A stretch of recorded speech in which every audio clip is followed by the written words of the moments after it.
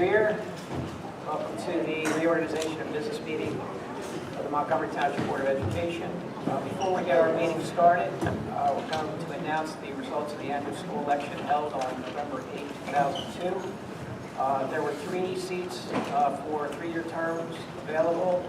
Being elected to the Board of Education: Joanna Phelock with 2,904 votes, Michelle Dowling 2,687 votes, Anya Woleka-Jernigan 2,502 votes.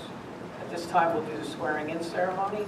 If 3 newly elected board members can join me near the podium for the swearing-in.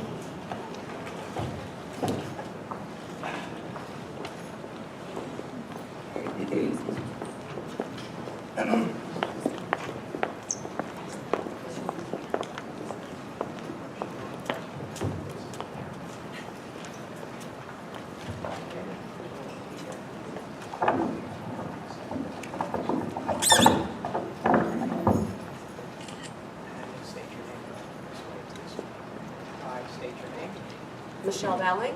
Joanna Phelock. Anya Woleka-Jernigan.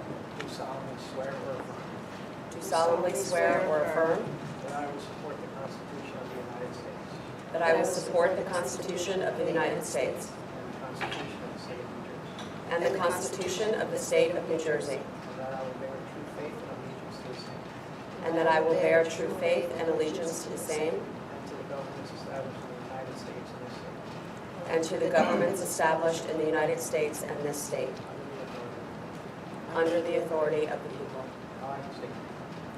I, Michelle Dowling, Joanna Phelock. Anya Woleka-Jernigan. Do solemnly swear or affirm do solemnly swear or affirm that I possess the qualifications prescribed by law that I possess the qualifications prescribed by law for the office of member of the Board of Education, for the office of member of the Board of Education, and not disqualified as a voter pursuant to RS 19:4.1, and am not disqualified as a voter pursuant to RS 19:4.1, and that I will faithfully, impartially, and justly perform and that I will faithfully, impartially, and justly perform all duties of that office according to the best of my ability. all duties of that office according to the best of my ability.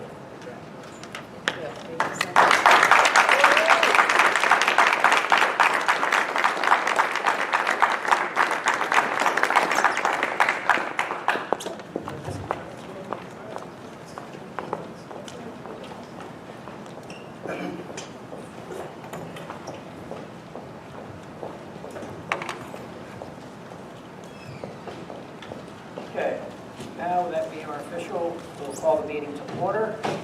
In accordance with the state sunshine law, adequate notice of this meeting was provided by a mailing notice of meeting of January 5, 2022 and December 21, 2022.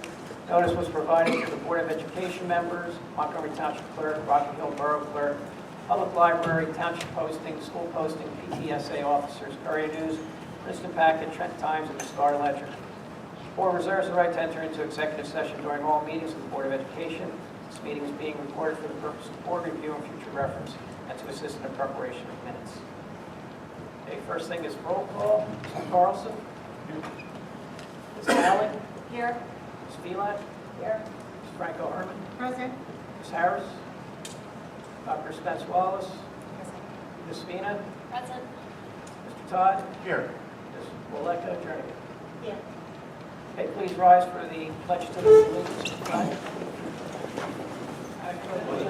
To the flag of the United States of America, and to the republic for which it stands, one nation, under God, indivisible, with liberty and justice for all.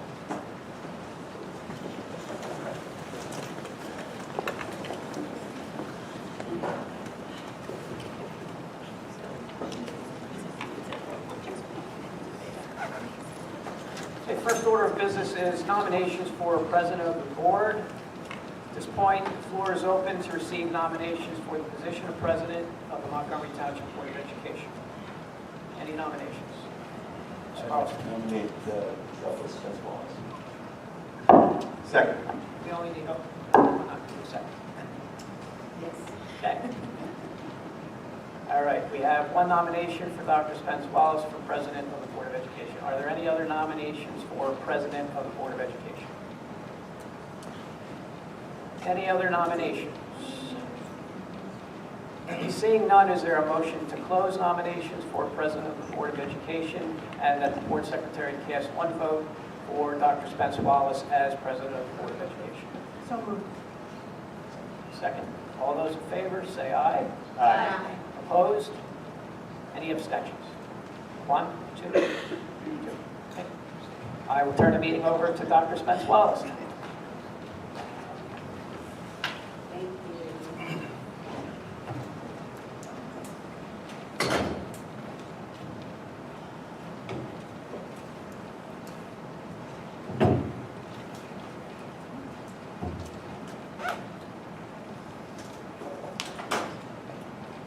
Thank you, everyone, and good evening. At this time, the board president opens the floor to receive nominations for the position of first vice president of the Montgomery Township Board of Education. I nominate Cookie Randall Herman.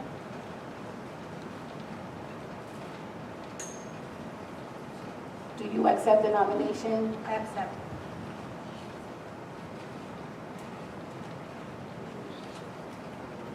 Are there any other nominations at this time for first vice president to the Montgomery Township Board of Education? All right, hearing none, I'd like a motion to close the nominations for the first vice president of the Montgomery Township Board of Education. So moved. Second.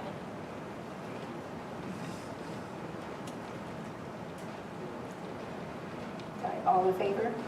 Aye. Aye. Any opposed? Any abstentions?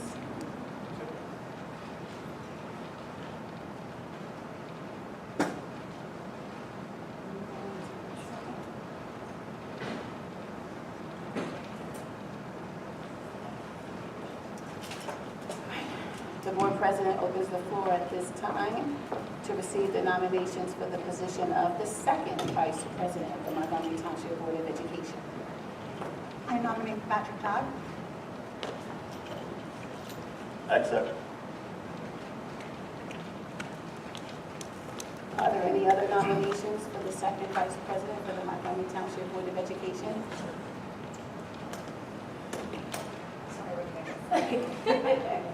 That's okay, board member. Hearing none. Hearing none, I'd like to close the nominations for the second vice president of the Montgomery Township Board of Education at this time. So moved. Second. All in favor? Aye. Any opposed? Any abstentions?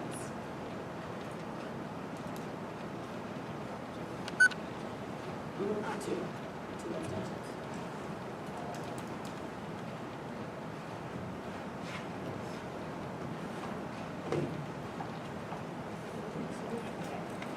So we reached the part of our agenda where we will acknowledge and vote on the consent agenda, items 8 through 20, and I will read each as follows. Appointment of the board secretary, public agency compliance officer, official newspapers for publication of legal notices, official newspapers for publication of open public meeting law notices, TD Bank and Santander Bank designated as a bank depository, persons designated to sign checks for the ensuing year, regular board public meetings, readoption of the curriculum and courses of study, readoption of textbooks,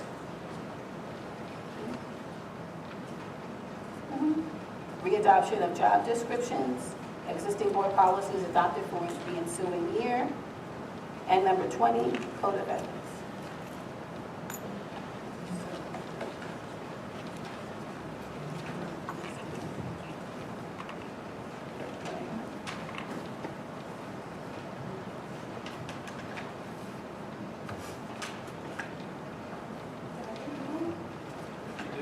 I didn't read them all. Okay. Great, thank you. So I'll entertain a motion to approve items 8 through 20.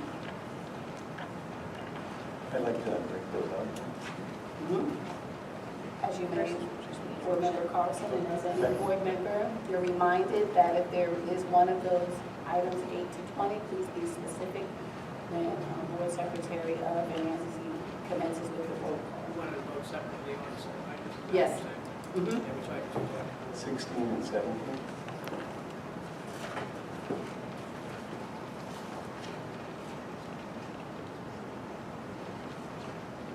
Curriculum and textbooks. Yes.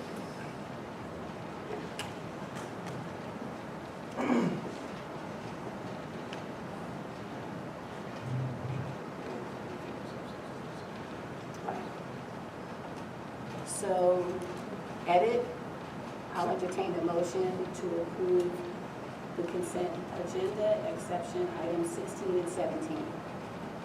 So moved. Second. All in favor? Aye. Right. Before that, because we have to do a roll call. Board members, the floor is open for discussion at this time.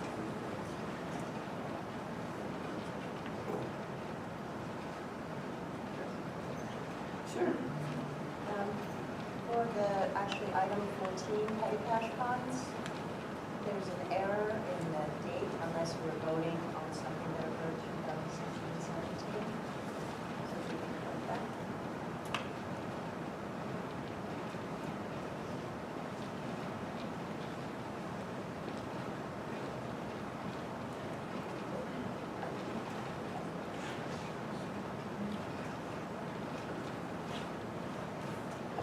Changes to 2020. It's for the calendar. Board member Spina, you'd like to notify us of another edit? And Board Secretary Benazzi, that's fiscal year 23, correct? It's calendar. Calendar year? That was the other, the calendar year. What item?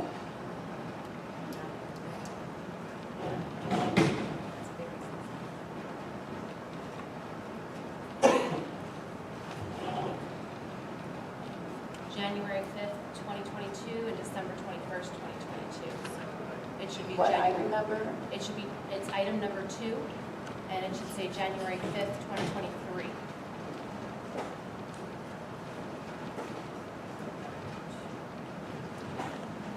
What page number, Board member Spina? 1. Page 1. I'm mistaken. Yes. That was, oh, okay, Item sorry. 2, the first paragraph, So page that was 1. actually last year's annual meeting notice, so the date is actually Oh, correct. is it? I thought it So was this year's. when you publish the annual meeting notice, which you will do this evening, you publish all of the meeting dates for the subsequent year. So tonight's meeting was actually advertised last January. Of this meeting was provided by mailing notice of meeting on January 5th, 2022. Yes. So, oh, okay. So I understand. Yes. Mhm. Carries forward one.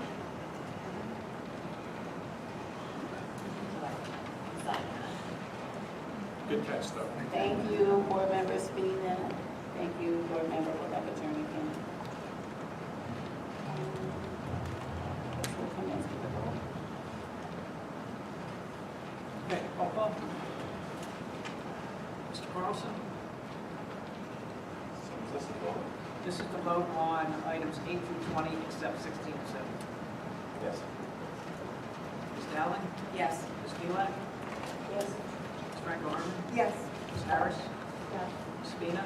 Yes. Mr. Todd? Yes. Mrs. Rebecca Jernigan? Yes. Dr. Spence Wallace? Yes.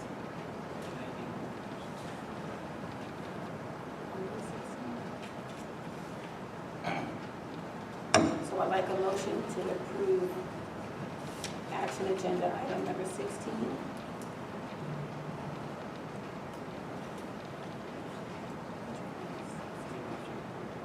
Readoption of the curriculum and courses of study, item number 16 on the action agenda. So moved. Second. I did.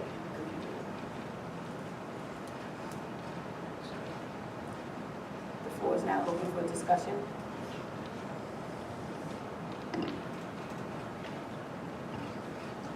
on item 16, readoption of curriculum and courses of study.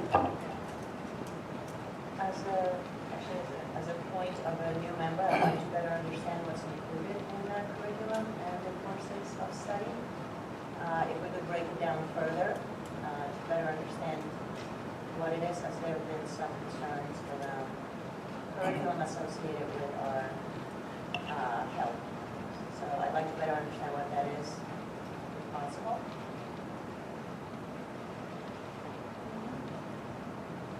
Is there additional documentation on curriculum other than what is published between the website and Atlas Report?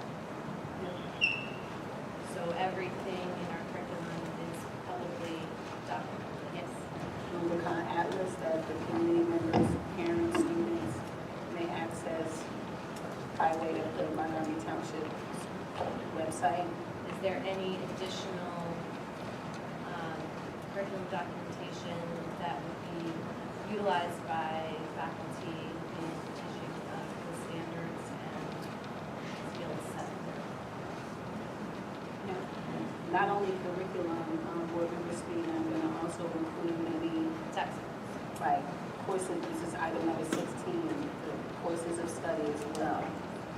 Are there any additional courses of study offered that are not Any published in our course modifications? document?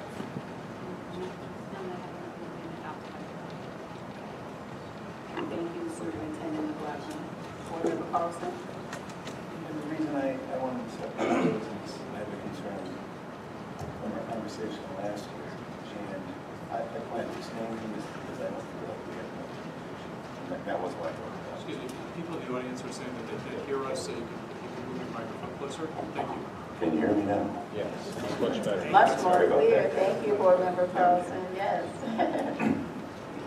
So the reason I wanted to separate those out is because I plan to abstain because I don't feel that we have enough information on this. The ACI committee looks at both of those things, and I think the detail states. So I just wanted to explain why it was.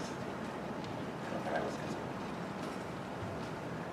I think throughout the year, we may hear more feedback, sort that we heard last year, and I didn't want to vote yes on something that the parents bring up later is okay.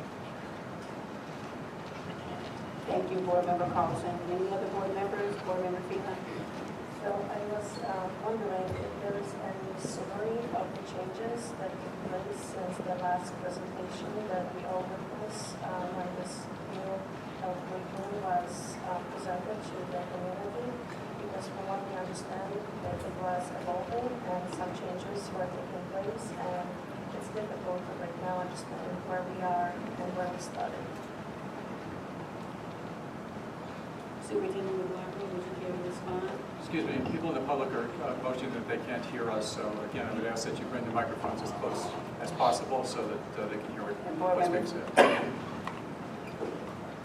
Thank you. Could you repeat your statement, please? Board member Yes, so I was wondering if there is a summary of changes that took place from the moment when we attended the presentation on the new health curriculum, because from when we were monitoring the changes online, how the curriculum, the health curriculum was changed and it was evolving, it's very difficult to assess where we started and where we are currently, what resources are used, what exactly is being taught.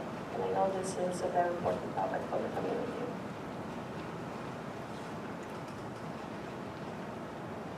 So are you referring to the health curriculum from last year as opposed to No, this year's no, curriculum? From the Sounds as moment if- when we sat in the presentation. From the presentation in August of 2022 until now. Correct. She's asking about Superintendent McLaughlin, what changes or what edits have been modified or adjusted, if any at all, and not only to the curriculum and its alignment to the state standards, but also resources included within the curriculum.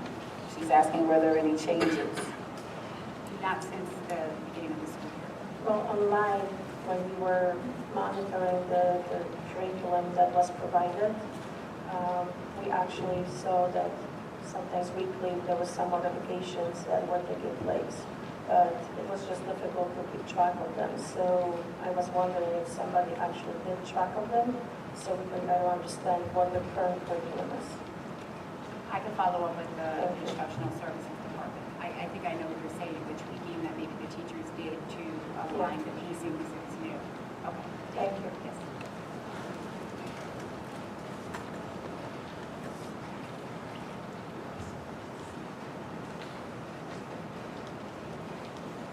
Any other comments, board members? Okay. Item number 16, Mr. Carlson, Abstain. Ms. Dowling, Abstain? Ms. Phelan, Abstain. Ms. Franco-Harmon, I vote yes. Ms. Harris, Yes. Ms. Spina, Yes. Mr. Todd, Yes. Ms. Oleg Jernigan, No. Dr. Spencer Hollis, Yes. motion carries. That motion carries. And now I'll ask the board for a motion to approve action agenda item number 17, the readoption of textbooks.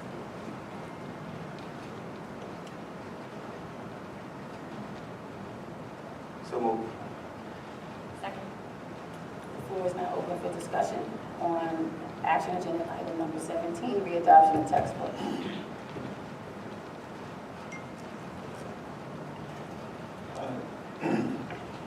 So here I have a question. I remember that we have a list of textbooks, but the teachers can bring in supplementaries or send children to websites that aren't planned. Is that true? And how do we do both of that? So supplementary aids that correspond with what's being taught. Well, typically we provide most of those supplemental resources. Do they have freedom to go out and find a website or an article somewhere and bring that in that's outside of the approved text or the understood texts? They're usually vetted out by their supervisor during a PLC, the outside resources. Oh, that's a professional learning community, I apologize, that all the teachers participate. Double thing.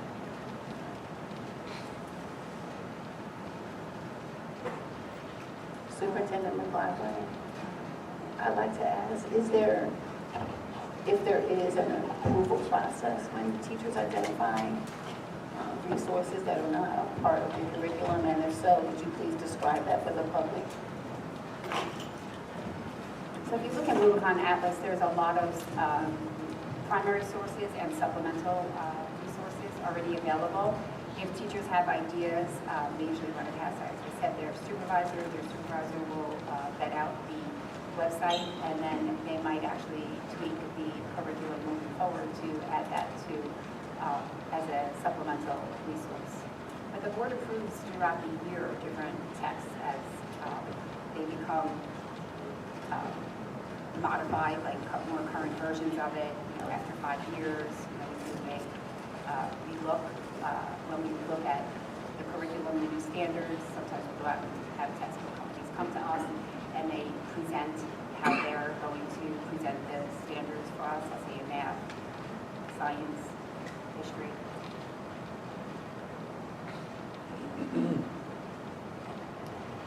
So if I clarify, when you say that the board approves it, I think you mean the ACI committee, which consists of 2 board members plus staff, generally, right? No, it's on board agendas every time there's a new textbook. Right, but I don't remember seeing a list. We get it. Yeah. Board member Carlson, just as a Listed on reminder, the public. no action is taken during board committee meeting times. There's no action taken.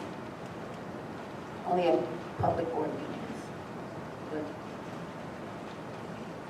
I think those modifications on visual, whatever textbooks, they are posted on our schoolboard.net. You can access them there with your login. Madam President, Ms. Harris is on this goes to all board members, we have our ECI. If there's any questions and minutes. Excuse me, Board Member Harris, please speak into the mic so everyone may hear you. Thank you. I just wanted to share, being an ACI member, if minutes aren't adequately sharing what's being discussed, I know we do discuss during executive session, but please let us know, because that's something that we can talk about, because that should be hopefully in the minutes if there's any questions. So I know we're all reviewing different committee minutes. That's one. And the other question was textbooks. Does that include, just for, I guess, the audience as well as us, just to clarify, literature, like in the language arts class, not textbooks, but fiction, science fiction, anything like that, additional actual novels, books, because I know that's come up in the past. Questions about that. If it's part of the curriculum, yes. As a secondary question to that, what about books that are in our libraries? Speak into the microphone, please. And what about books that are in our libraries? Have they all gone through a similar vetting and approval process? They are not all books. Those are choice books. And one more, just a point of clarification. There are 4 board members at each of the committee meetings, not 2. Is that correct? Yes. That's right. 4 board members and an alternate.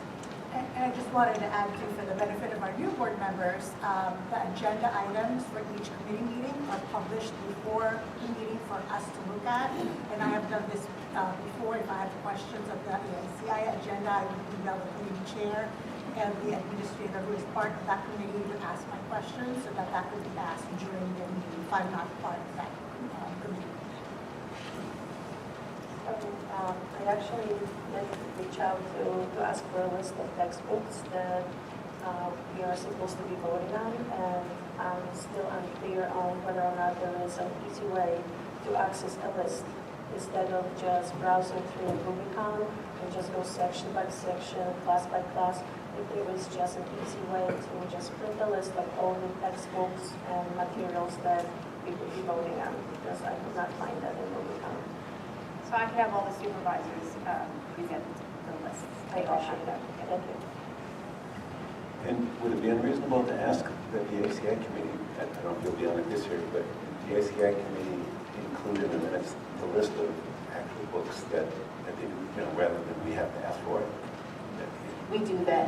Whenever texts are presented and discussed during the ACI meeting, it's included in all the minutes. Every single text that has been approved, including the novels for each, let's say, 10th grade, 11th grade, 12th grade language arts, is always listed in the public agenda when they're approved. So there's documentation right there. They're very clearly stated in the public agenda.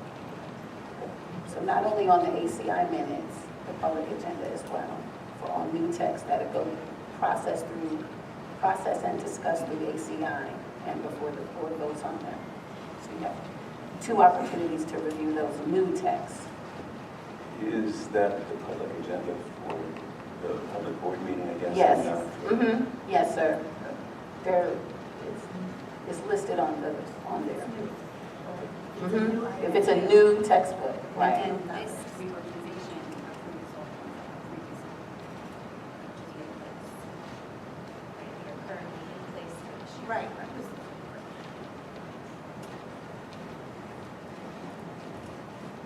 That's standard at the reorganization meeting, because throughout New Jersey, all public school districts, either this evening or some evening this week, perhaps a few next week, because newly elected or appointed members have an opportunity to vote, to reapprove or readopt.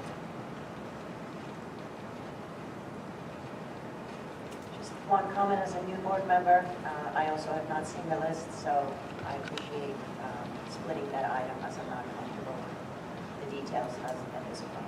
Right, Superintendent McLaughlin indicated she will obtain those lists from the content area supervisors and provide that disaggregated list. More than likely, it'll be posted on schoolboard.net, and you'll use your login to review those lists.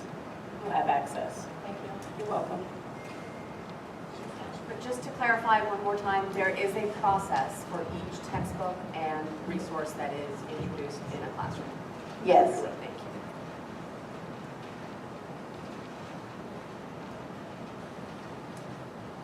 you. Any other comments, board members, about item number 17?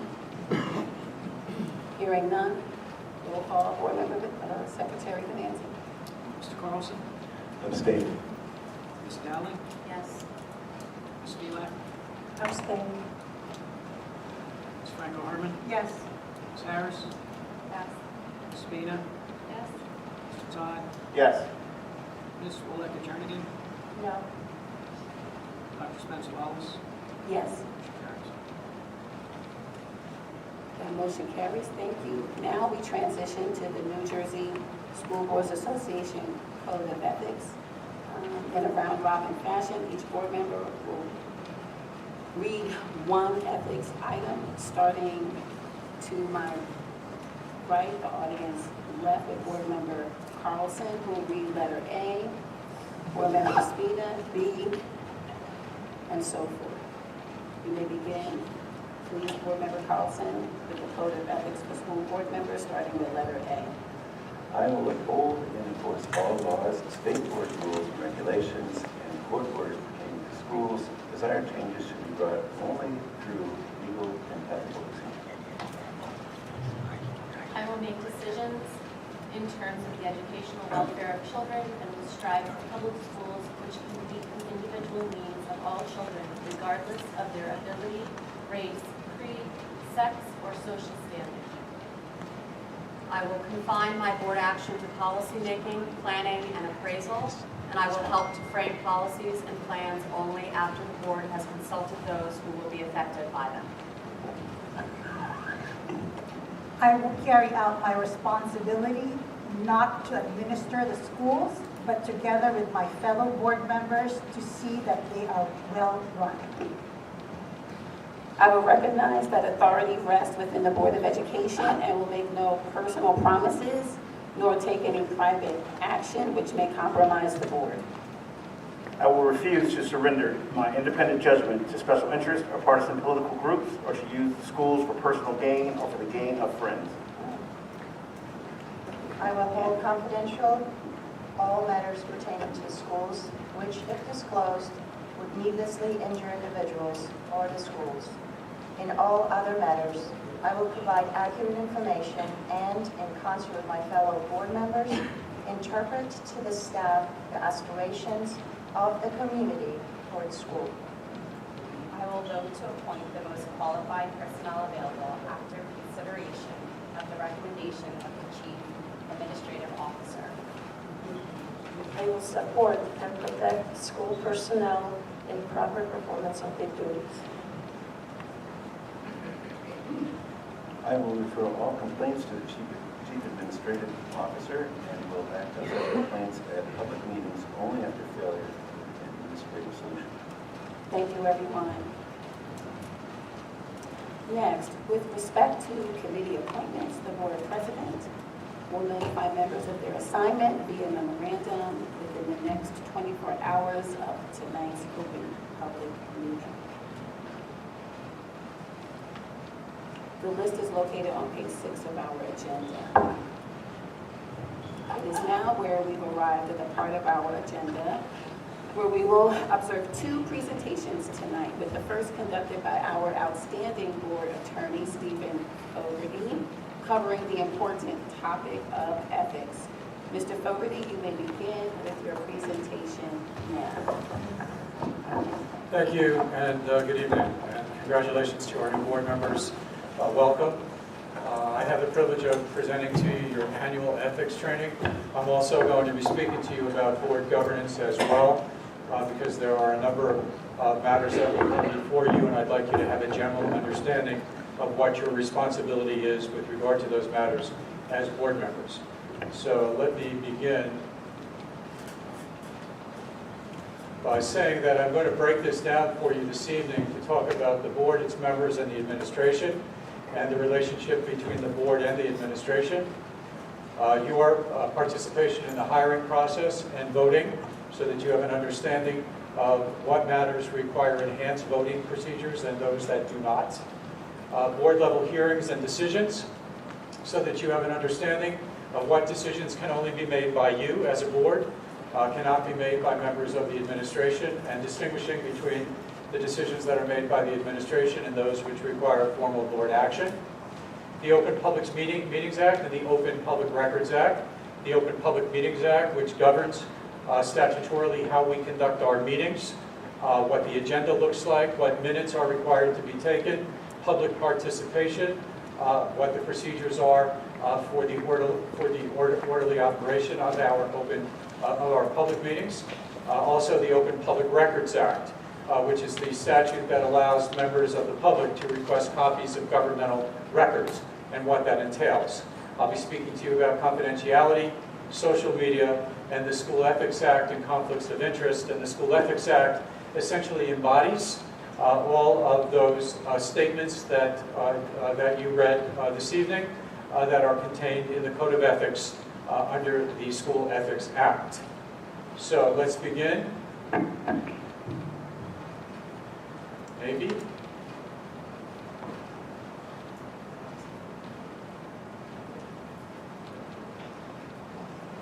So, the role of the board, and this is consistent with some of the representations or statements or commitments that you made with regard to the School Ethics Act. In terms of the general powers, and that's not you obviously, but in terms of the general powers of the board, it is contained in Title 18A. Title 18A are the education statutes. What it says in terms of the board's authority is that you enforce the rules of the State Board of Education. You make, amend, and repeal rules for the government and management of your schools, and you perform all things and all acts consistent with law in order to make sure that the district moves forward in terms of lawful and proper conduct, equipment, and maintenance of our school district.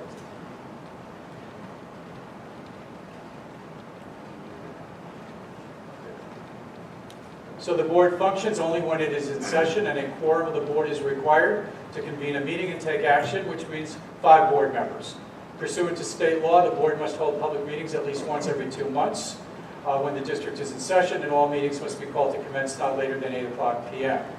If a quorum is not present for some reason, and we're all lost in the fog as we try to get here this evening, and we don't have a quorum present, we have the ability to adjourn the meeting, to recess the meeting, and start no later than 9:00 p.m. If no quorum is present, the members may adjourn until no later than 7 days after the original meeting date, and then reproduce the agenda that would have been considered and acted upon at that meeting. The board's direct responsibility is to make policy, develop plans, evaluate outcomes. One of the statements that was made here this evening is by our Vice President is that members are responsible not to administer the schools, but to make sure that the schools are well run. To delegate the responsibility for the administration of the schools to the administration, and to hold them accountable in meeting your expectations as the policymakers. The School Ethics Commission, which is the commission or the agency that is established by our legislature, the members of whom are appointed by the governor, has explained that administering the school means that a board member has become directly involved in activities or functions that are the responsibility of school personnel. And I'm going to talk to you in a few minutes about just how specific that actually is. So no board member, by virtue of your office, can exercise any administrative responsibility with the operation of the school district, or as an individual command the services of any district employee, which means very simply that we as board members don't have the ability to call the high school principal and demand that the high school principal prepare a report or a document for us. As individual board members, we don't even have the authority to demand that of our business administrator or of our superintendent. That is a decision that must be made by a majority of the board at a public meeting. So if there's information that we feel is necessary, such as this evening, you indicated that you wanted to see a comparison of curricula, that you wanted to see you wanted to see a listing of all textbooks and resources that are being used. You already did that the right way. You had a discussion about that tonight. You referred that to the chair, we referred it to the superintendent, and the superintendent agreed to produce that information for you. So that is exactly the way that we are expected to make requests of our administration when there is information or material that we need in order to make decisions about policy, in order to make decisions about curriculum, in order to make decisions about textbooks, all of which is entrusted to you and all of which the legislature requires that you take formal action to approve by a majority vote of the entire board. So board members do not have special access to the school districts.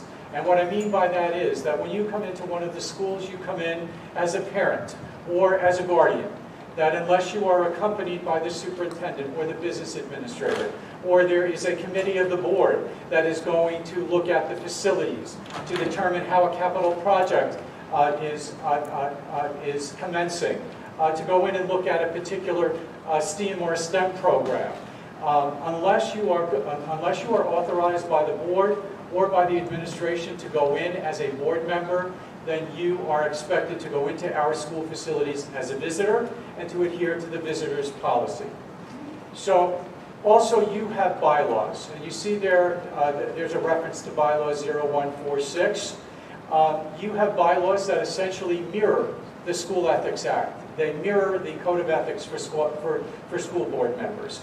And so I point that out to you because those bylaws often go beyond the requirements of the School Ethics Act, and in some instances you will see that you have done that, but for purposes of these provisions of the Act, your policy essentially mirrors that. The board delegates certain responsibilities to administrative officials. Superintendent of schools is responsible to administer the district. She must keep the board informed of the happenings in the district, make recommendations to the board regarding daily operations, including the hiring of staff. That is accomplished through both your committee meetings and, of course, when those recommendations are made to the full board. The business administrator, he or she holds the keys to the kingdom. Is responsible for business and maintenance, has to prepare the annual budget, establish and maintain fiscal plans, serve as the district's general accountant, and the official purchasing agent for all goods and services for the Montgomery School District. The board's relationship with the administration should be cooperative, not adversarial, antagonistic. Members should share concerns with the administration. You have legitimate concerns. When you get the agenda, you should raise those issues to the administration before the board meeting. We do that for two reasons. The most important of which is that you as board members should have answers to your questions.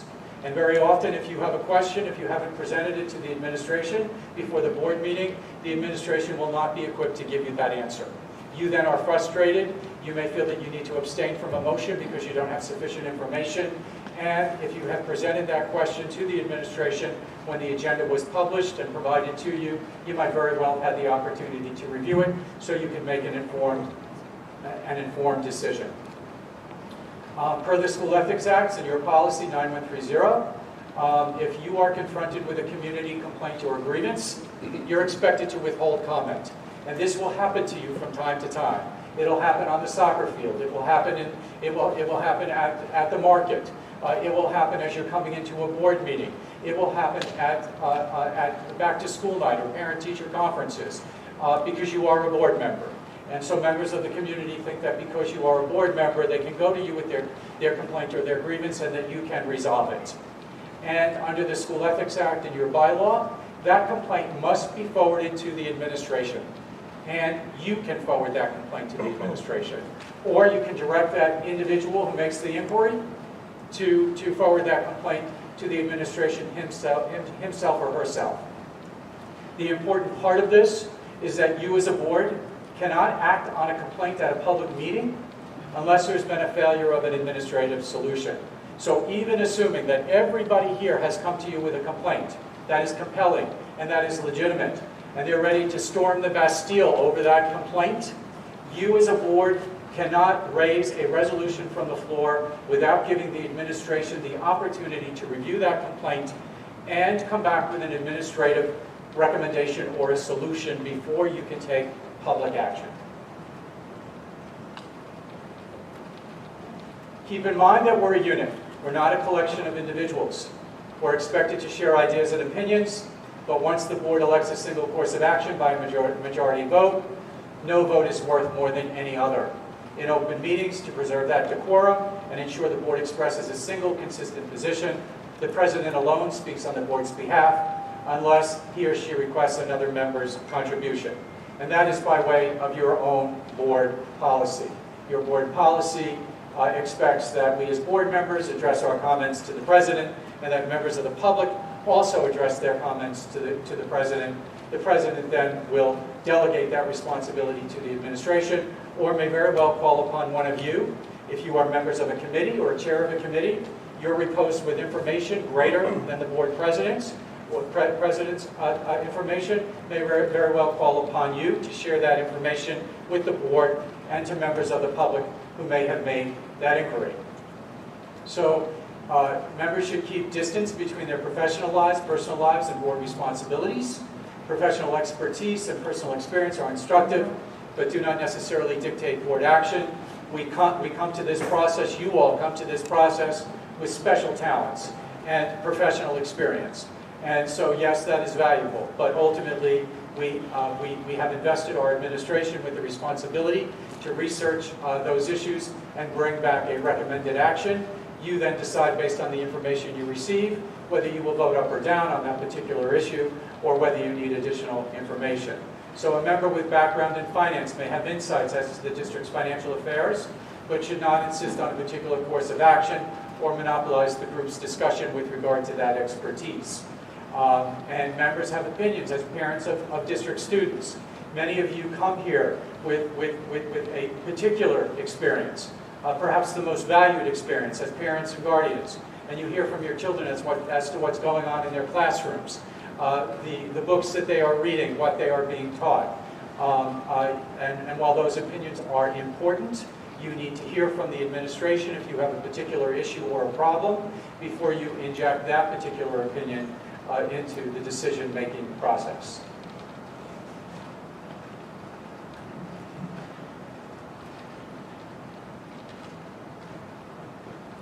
Trying here.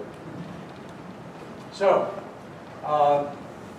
in Pennsauken, in two cases, board members accused their fellow board members of violating certain provisions of the Code of Ethics by participating in interviews of candidates for assistant principal positions in both middle schools and high schools, principals of elementary schools in the district.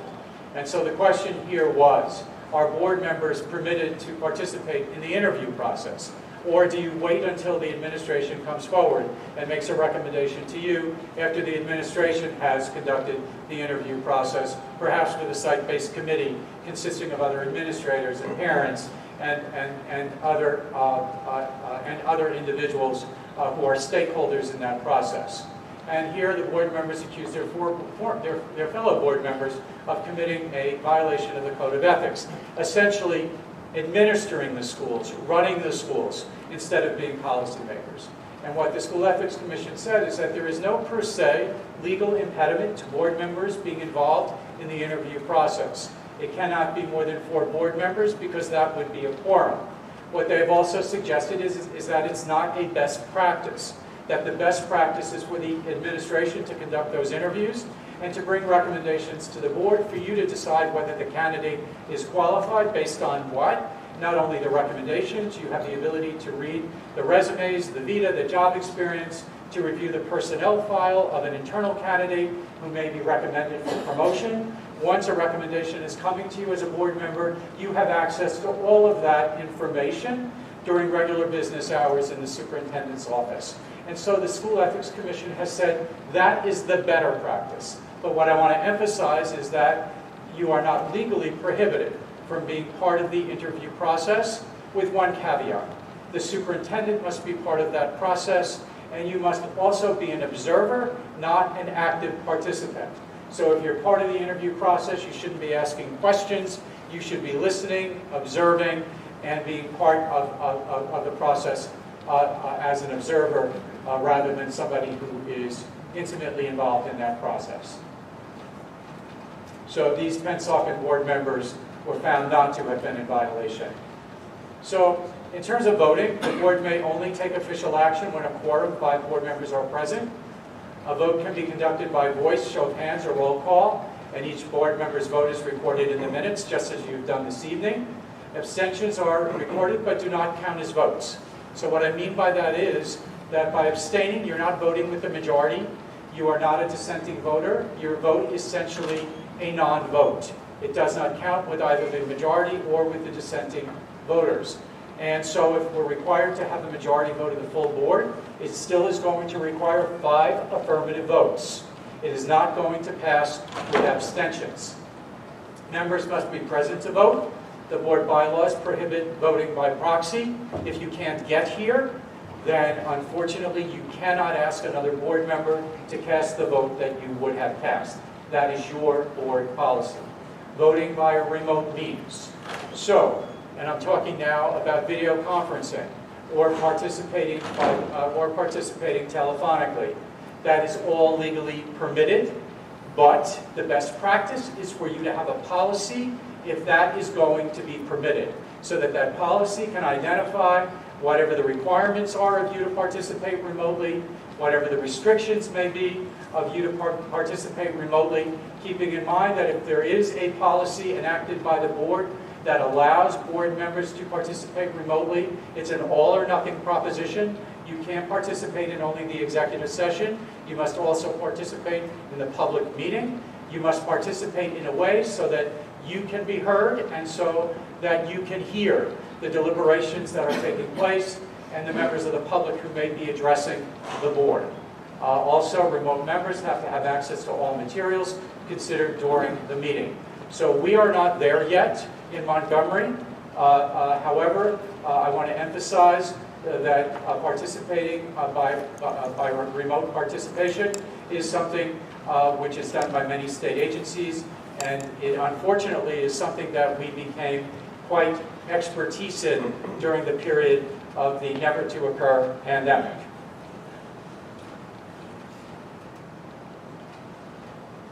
Board-level hearings.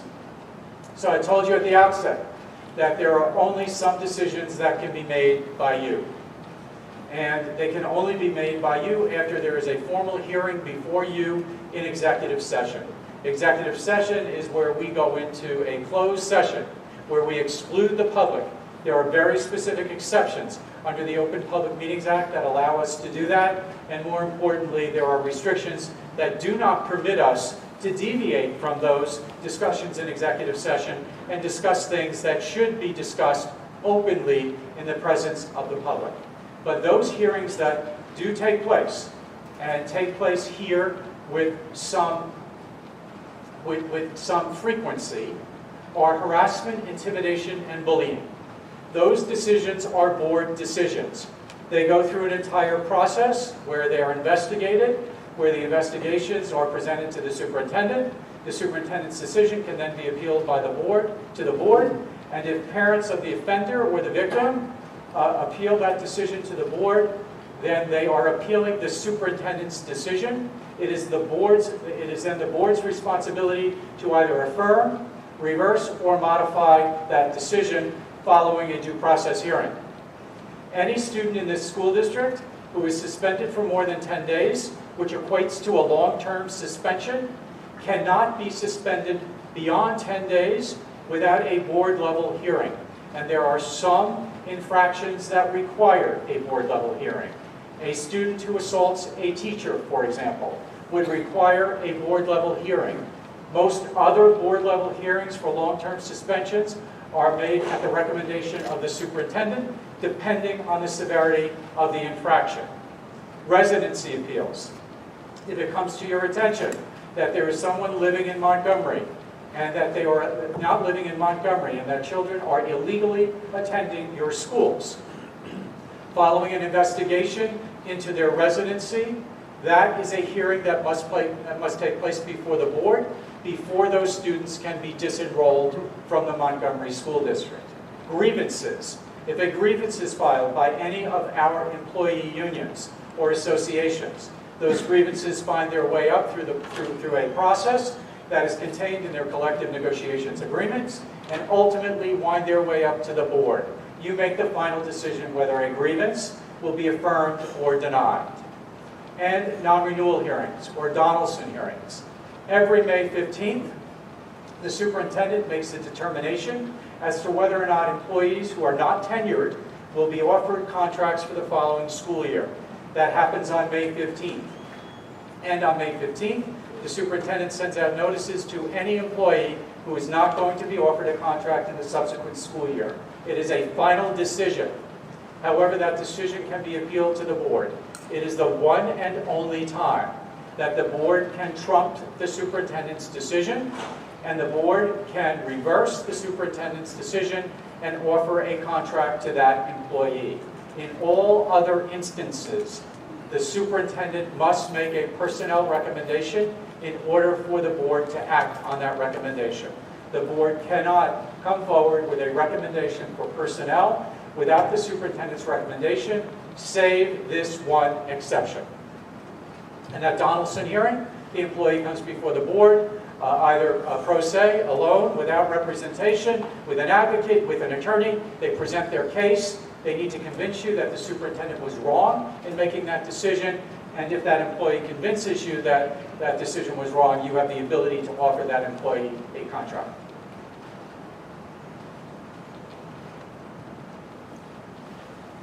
So the HIV hearings, I've already gone through that. I'm not going to go through it again. I preempted myself in telling you what the process is. Long-term suspensions, due process for the student. That comes before you, and I've detailed that for you as well. The residency appeals, all of which is contained in your board policy.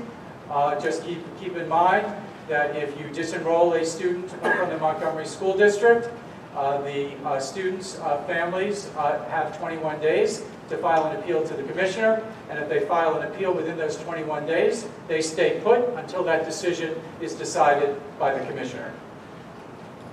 Grievances, I've gone through that for you. The non-renewal hearings as well. The Open Public Meetings Act. Open Public Meetings Act is often referred to as the Sunshine Law. What it requires is that all meetings of the public bodies take place in public, that the public has the right to attend. They have the right to receive adequate notice of all of our meetings. They also have a right pursuant to statute for an opportunity to address the board. We do that twice here. The statute requires that it be done at least once. They have an opportunity to address the board on those matters that are coming before the board for action, as well as any other matters they may be concerned about in this school district. What constitutes a meeting? And this is an area that I want our board members to pay careful attention to. Because while I've talked about the Open Public Meetings Act and what constitutes a meeting, when we come together for a public meeting, this is also a trap for the unwary with regard to how we conduct ourselves outside of this public meeting. And what I mean by that is that if we get together and we have a quorum outside of this meeting, 5 board members or more, and we're discussing board business, that would be a violation of the Open Public Meetings Act. Likewise, if we were to text message one another or email one another in real time and discuss board business, that would likewise be a violation of the Open Public Meetings Act, because we are communicating as board members about school district business. We're doing it in real time. We are engaging one another in the deliberative process. That cannot take place on social media. It cannot take place outside of a public board meeting. And if it does, then it is potentially a violation of the Open Public Meetings Act. We want to be particularly concerned about that, because violations of the Open Public Meetings Act are matters within the exclusive jurisdiction of the Somerset County Prosecutor's Office. It's not within the jurisdiction of the Commissioner of Education. It is treated as a serious violation by public officials. So we want to make sure that we stay within those guardrails. If you have something to talk about, you talk about it here, you talk about it in executive session, and if you are going to communicate with each other, make sure that you indicate there should be no reply to you by hitting do not reply all, or communicate with your board president. Yes. Mr. Fogarty, could you go back to, because I would like to have clarity with understanding with board members, individual board members, and social media postings. Could you provide some more detail, what is proper, what is improper, provide examples, and particularly around discussion of school district and board-related matters? I will do that, and if you will indulge me, Madam President, I will be addressing that specifically in just a few moments. Okay, awesome, thank you. Thank you. I actually have a question about the texting during Yes. the meeting. So if I understand correctly, during the meeting, when the board members text among each other and it's visible to the public that that's what's happening, that would not be something that should be doing? So I do not think that board members should be texting to one another during a board meeting. It's entirely possible that a board member could be texting to a family member, I suppose, but I think that we want to be particularly careful about that because of the optics of it, number one, and because number two, if those text messages are between board members, it would not be appropriate. And I indicated that I'm going to talk to you about the Open Public Records Act. The other reason that I would be concerned about it is because if that text is of and about board business, that text message is a government record and would be subject to access under the Open Public Records Act. Thank you. You're welcome. Email communication. So in accordance with the case law in New Jersey, when I speak about case law, I'm talking about reported decisions by our courts, our state courts, and the Commissioner of Education. Email communication between a majority of board members is considered a meeting under the Open Public Meetings Act. If the individuals actively engage in discussions relating to matters involving the performance of the board's function or the conduct of its business, that is potentially a violation of the Open Public Meetings Act. Board members discussing board business must limit their communications to 4 or fewer members. And a gathering is not an Open Public Meetings Act if it is attended by less than a majority of the members, which is why our committees are not subject to the requirements of the Open Public Meetings Act. Neither is the business of our committees subject to access under the Open Public Records Act if it is advisory, consultative, and deliberative. So someone would not have access to something that you were discussing as a committee because that committee discussion is advisory, consultative, and deliberative until a recommendation is made to the board. If an email exchange includes 5 members of the board, again, it may be considered a meeting and is subject to the Open Public Meetings Act. So a single email generally will not constitute an Open Public Meetings Act meeting. There must be an intent to discuss or act as a unit.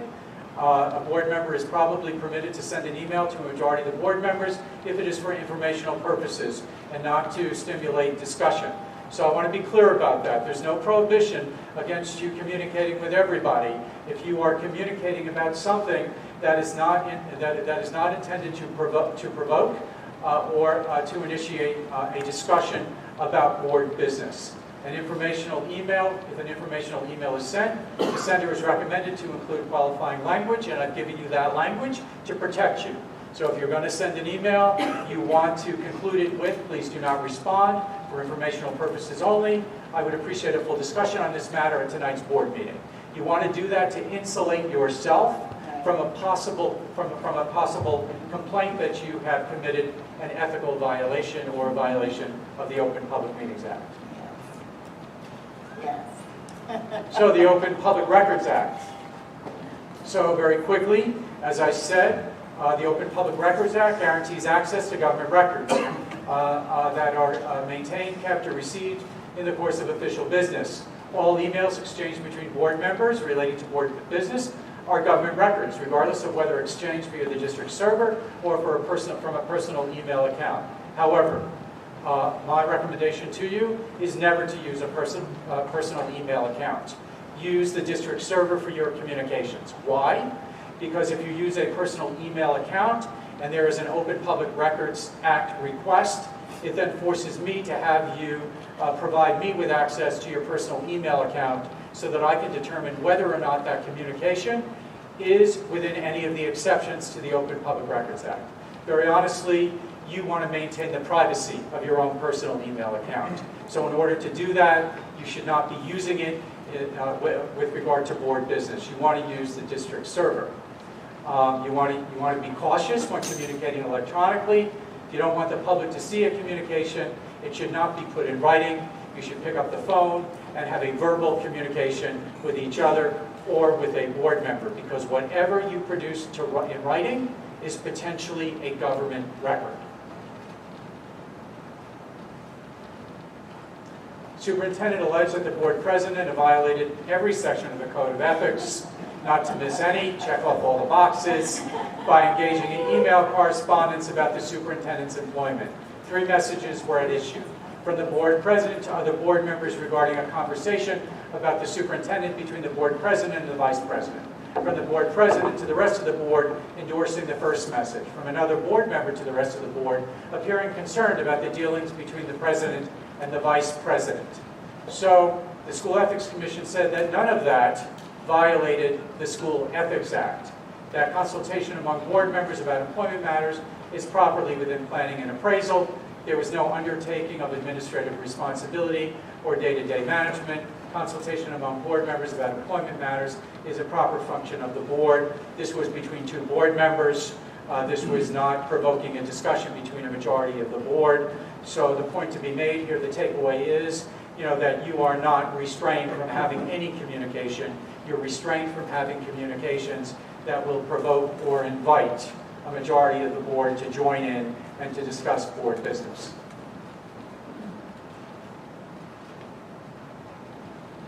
Confidentiality. So, this is an area that I also want you to pay particular attention to. The issue of confidentiality generally arises in the context of executive session. We do not have confidential discussions about our students, about our employees, about our security, about our litigation, about our contract negotiations. We don't have any of that discussion in public. That discussion all takes place in closed executive session, and it must stay there. Because if that information is disclosed to anyone, it has the potential to prejudice the board in several ways. It is potentially a violation of an employee's privacy rights. It is potentially a violation of a student's privacy rights. It potentially would prejudice us with regard to contract negotiations. It could potentially prejudice our position with regard to litigation matters. And so, if a board member learns in closed session that the administration has suspended a teacher pending the results of a psychiatric evaluation, the information cannot be disclosed to anyone, even if that member's child is a student in the teacher's class. That discussion can only take place in executive session. It cannot be disclosed to any third party. The board's finance and curriculum committees are considering whether to change the course of study at both high schools. And I didn't plant this here tonight, by the way. So this pre-existed, including which high schools shall offer the various career and technical education and dual enrollment programs. And the member cannot disclose this information even if he or she has a friend who is deciding whether to buy a house in Montgomery based on the makeup of the 2 high schools. So again, if it's confidential information, it remains confidential. If it's a discussion as part of your finance and curriculum committee meetings, it remains confidential because it's advisory, consultative, and deliberative. A recommendation has not been made by your committee to the full board. Free speech. So, what you find is that your free speech rights are significantly restricted once you get elected to the Board of Education. And what I mean by that is that members of the public are free to speak their mind without concerns about the School Ethics Act. They're free to speak their mind without concerns about violating any of our board policies. They are free to speak their minds without self-identifying, which is something that I'm going to talk to you about in just a few moments. Suffice it to say that you do have the right of free speech as elected public officials, but you must do it in the right way. And you must do it so that you do not violate our policies or the Code of Ethics. So you do not surrender your rights that you have as citizens with regard to freedom of speech when you become members of the board. However, you have to do that within the requirements or within the restrictions of the School Ethics Act. And so, the first and most important is this. Whether you are writing a letter to the editor, assuming we still do those things, more likely what you're doing is posting on social media, on a social media platform. So you have the right to post on social media, provided that you do not violate any of our policies or the School Ethics Act. And what I mean by that is, you would not post confidential information. You would not post information that was part of the deliberative process of a committee that you are sitting on. And most importantly, if you are posting on social media about issues concerning the Montgomery School District, you must self-identify. And when I say that you must self-identify, you must say, my name is Patrick Todd. I am the Vice President of the Montgomery Township Board of Education, and what I'm about to say is my own personal opinion. It was not authorized by the Montgomery Township Board of Education, and I am not speaking on its behalf. And based on the recent ethics decisions, you cannot go halfway with that. You can't say I'm a board member and satisfy that requirement. You must include all of that language in order to insulate yourself from a complaint that you have violated the School Ethics Act by taking private action which has the ability or the possibility of prejudicing the board. Slander, libel, and defamation. So the New Jersey Ethics Act is not the only New Jersey law that applies to speech of school board members as public figures in the community. We have to use caution when posting comments regarding individuals. And so let's say, for example, we post inaccurate information about the school budget. We post information involving one of our employees or one of our students. There is the potential then for a civil lawsuit against us. With regard to posting inaccurate information about the budget, there's a potential for a complaint under the School Ethics Act. Because while you have the ability to post on social media, you have an obligation to make sure that the information you're posting is accurate. And if it's intentionally misleading or inaccurate and prejudices the board, then that would be a violation of the Code of Ethics. Likewise, if you were to disclose private facts about an employee or about a student, then there is the potential for an invasion of privacy lawsuit. Steve, I have a quick question about that one. Sure. So that civil lawsuit liability, is that individual as well as district? It is. It is. And the reason, Mr. Todd, that we want to be concerned about that is because the likelihood is that the lawsuit would name the Montgomery Township Board of Education, but it would also name me individually. And if it named me individually because I had committed intentional acts, there would be the possibility for punitive damages against me, which are not covered by the tort claims protection that we have, and is not covered by our general liability policies. So we want to make sure that if we are going to, first of all, if we're going to discuss board business, you want to do it here. Because if you're doing it at a board meeting, you have the protection of the board with regard to what you are saying. Of course, keeping in mind that you wouldn't be disclosing private information. But the point to be made is that it's prejudicial not only to the board, but it's also potentially prejudicial to you. Because we never want any of our board members to be in a situation where they are accused of any wrongdoing that is not covered by the defense and liability provisions of our liability policies. You are insured by the Board of Education for any actions you take in the course and scope of your elected duties. What you do outside of your elected duties may very well fall outside of those policy protections. So in this case, coming out of the Westfield Board of Education, middle school teacher, former school basketball coach, filed a defamation suit claiming that a member of the board published defamatory comments about him on Facebook and Twitter. The teacher contended that these false allegations resulted in his wrongful termination in his coaching position. The teacher alleged that one of the board members had posted that the teacher had called the teenage girl worthless, wrote that he had been doing it for years. The board member allegedly went on to say that there is so much more, and hopefully those that aren't on the board that know will come forward. So here is a board member going to social media and posting his disdain for this teacher. And perhaps all of that was true and justified, but posting that on social media invited a lawsuit for defamation based on both libel and slander. Ultimately, that case was resolved favorably to the board member and to the Westfield Board of Education, but the takeaway here is We do not want to ever find ourselves in a position where we are communicating on social media based on our employees or students in the district, particularly based on information that we gain in executive session.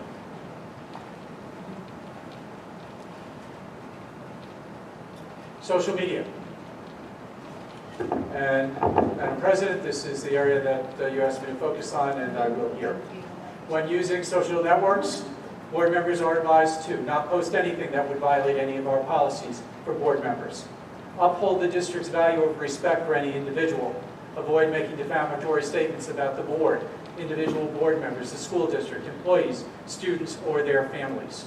Not disclose any confidential information about the school district or confidential information obtained as a result of being a board member about any individual or organization, including students and their families. Not use or refer to the Board of Education title or position when soliciting for a business organization that he or she or any immediate family member has an interest, as well as posting or referencing any confidential information regarding the board or the school district obtained through your membership unless authorized by law. If I had my way, I wouldn't have any board member posting on social media about board business, period.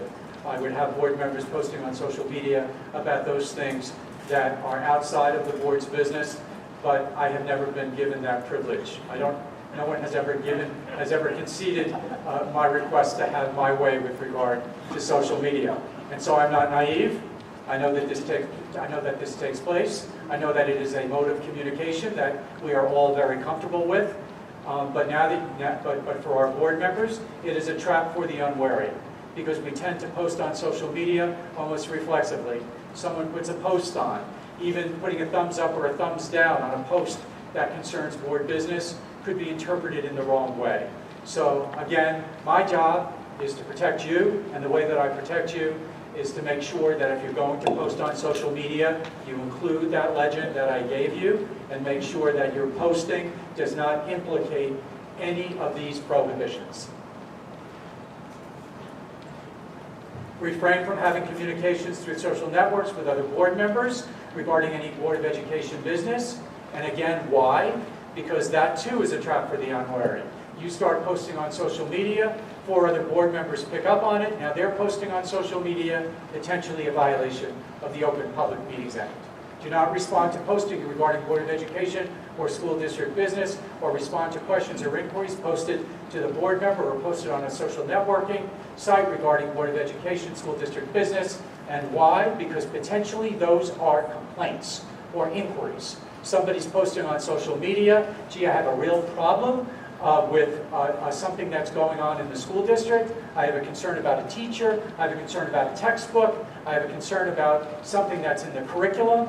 I have a concern about the dress code, the code of conduct. You post that on social media,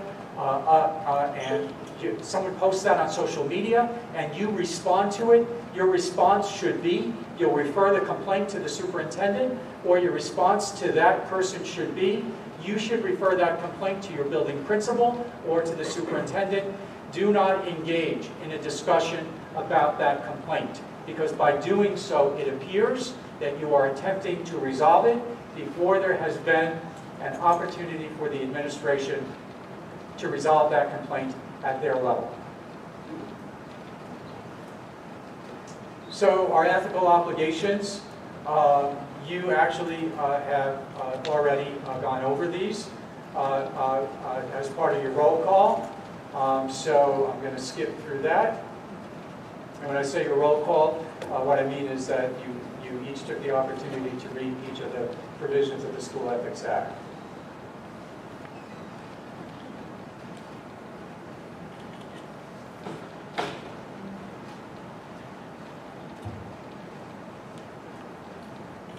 Hiring practice, board member requests an opinion. This is an advisory opinion. So the School Ethics Act functions for 2 purposes. One, they adjudicate complaints. If there is a complaint filed against a board member, and a complaint can be filed against a board member by anyone. It can be filed by a member of the public. It can be filed by an employee. The only body that cannot file an ethics complaint against one of its own members is us. We, as the Montgomery Board of Education, cannot file an ethics complaint against a board member. And more importantly, we cannot hold a board member accountable for what we think is a transgression or a violation of the School Ethics Act, even assuming it's covered by one of our policies, if it falls within the sole jurisdiction of the School Ethics Commission. If it falls outside of the School Ethics Commission's jurisdiction, we then could arguably discuss that transgression or that infraction with the board member, and we could address the board member's conduct. This was an advisory opinion. So in addition to adjudicating complaints, if you have a question about something you want to do, and you don't know whether or not you have the authority to do it, you can request an advisory opinion from the School Ethics Commission. They're actually quite good about responding to this. If you get them the request by the 10th day of the month, the School Ethics Commission will consider your request and issue what is an advisory opinion. The difference between an adjudicated complaint and an advisory opinion is just that. It is advisory. It is not precedential as a matter of law, but generally speaking, you can rely upon it. And so in this case, a board member requested an opinion regarding authority to conduct exit interviews of staff members in the interest of determining why we had such an excessive turnover. Why is there such a poor morale?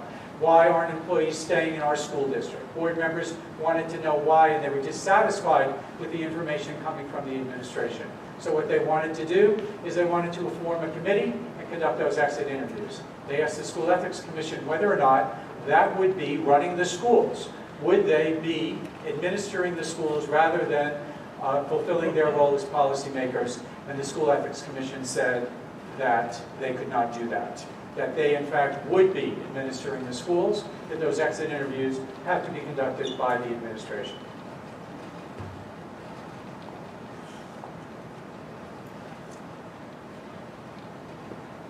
And again, I've gone over this with you as well in terms of our participation on interview committees for administrative and supervisory positions. The School Ethics Commission has said that that's permissible. They've indicated by way of advice, not in terms of a matter of the law, but they've indicated by way of advice that to the extent that we are going to conduct interviews, it would be for the highest level managerial positions, such as obviously the superintendent, assistant superintendent, business administrator.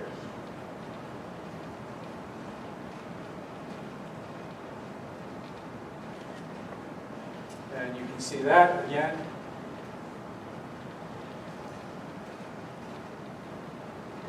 Volunteers. So very often you will ask, what is the extent of, to what extent are you permitted to be involved in other organizations without there being a conflict with your role as a board member? So can you be the president of the PTA or the PTO? Can you sit on the Educational Foundation? Can you be a member of the Booster Club? And the answer to all of that is unequivocally yes. If it is an organization outside of the Montgomery Township School District, there are no restrictions. You can be involved in those organizations with one caveat. If matters come before the board presented by those organizations, you must abstain. You must abstain from whatever that matter is to avoid the potential conflict, but you are not disenfranchised from participating in those organizations as board members. Different result if we are talking about being involved in organizations that are internal to the school district. So, for example, could you participate as part of the drama production? Could you be a volunteer coach? Could you be a volunteer that goes on a field trip, not as a parent chaperone, but rather as a volunteer supervisor? Could you be involved in other extracurricular activities? And the answer is yes, provided that you do not supervise employees, you do not supervise students, and you do not direct them. So with a drama production, you could be involved in raising funds for the drama production. You could be involved in ordering costumes. You could be involved in creating the sets for that drama production. But you could not be involved in selecting who would be participating in those productions, and you could not be involved in directing the performance or directing how any of those employees or any of those students participate in those activities.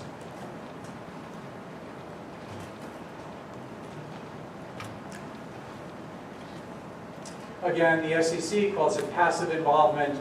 For me, you can be involved provided that you don't have any direct supervisory responsibilities.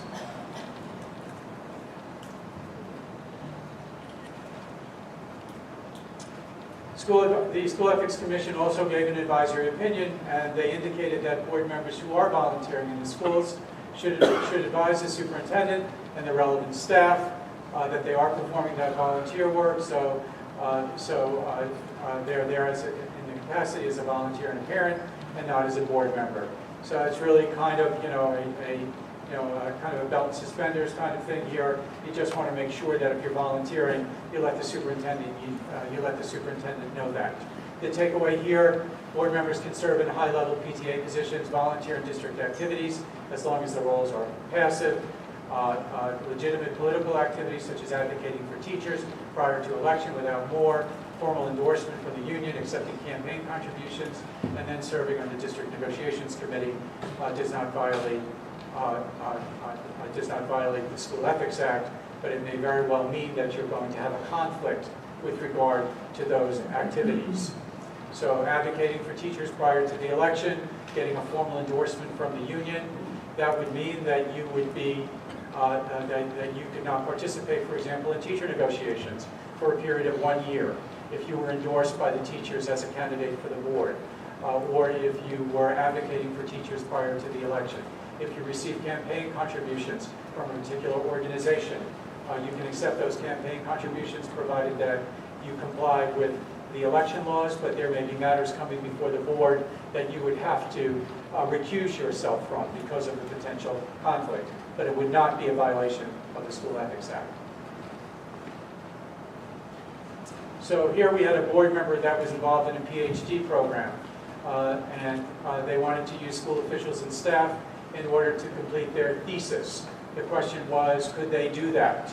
The School Ethics Commission advised this board president that it would be impermissible because it would constitute acting outside the scope of the board duties and directly and would have direct activity with staff members. So again, direct, not passive.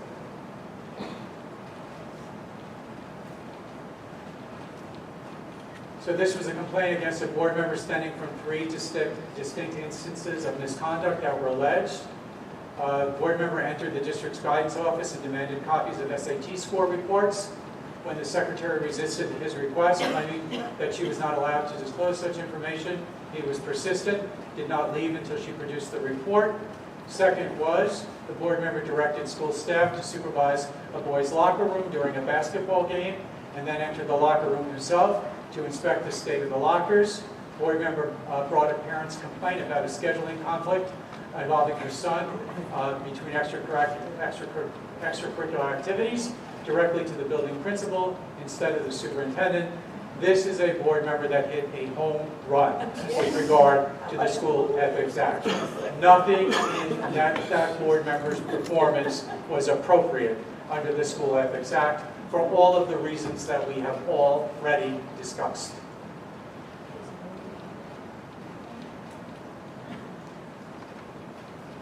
In this case, a superintendent brought a complaint against a board member, alleging that the board member improperly confronted the district facilities coordinator to question a personnel decision regarding the demotion of her cousin by marriage. So here's a board member that goes into one of the schools. She's got a relative who has been demoted. She goes up to the buildings and grounds supervisor, and she wants an explanation as to why that happened. Why was my relative demoted? This was a chance, informal encounter, but it was improper for the board member to directly address the facilities coordinator. Her concern should have been lodged with the superintendent. It was a violation. Yes? Can you explain what censuring is? Censuring? Sure. So the School Ethics Commission has the ability, if they find a violation, to impose a penalty. The penalty can be a private reprimand, or a public reprimand, or a censure, a suspension, or in the worst case, a removal from the board that you were sitting on. So a censure is where the board member is publicly admonished for their misconduct. the board is required to read a resolution publicly in which that board member has been censured by the School Ethics Commission. So again, the School Ethics Commission has the ability to impose those penalties, anywhere from a private reprimand to a removal in the worst cases.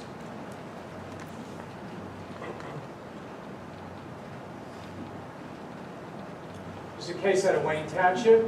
Board member arrives at the board offices unannounced, asked to review available resumes for a position that is going to be recommended by the superintendent to the board. The secretary provided the resumes that were available. The board member says, I want to see all of the resumes, even the resumes of those individuals that were not being considered by the superintendent. So the scenario was that the resumes came in, superintendent reviewed them, decided which of those resumes met the qualifications that were going to go forward. The board member said, I'm not satisfied with that. I want to see the resumes of the individuals that the superintendent did not bring forward. And directed the secretary to find the cabinet that those resumes were located in. It was a locked office. Directed her to go in and to retrieve those resumes. And I don't think I need to tell you what the decision was here. But it really happens. These are not hypothetical situations. These are real complaints. This board member was also censured.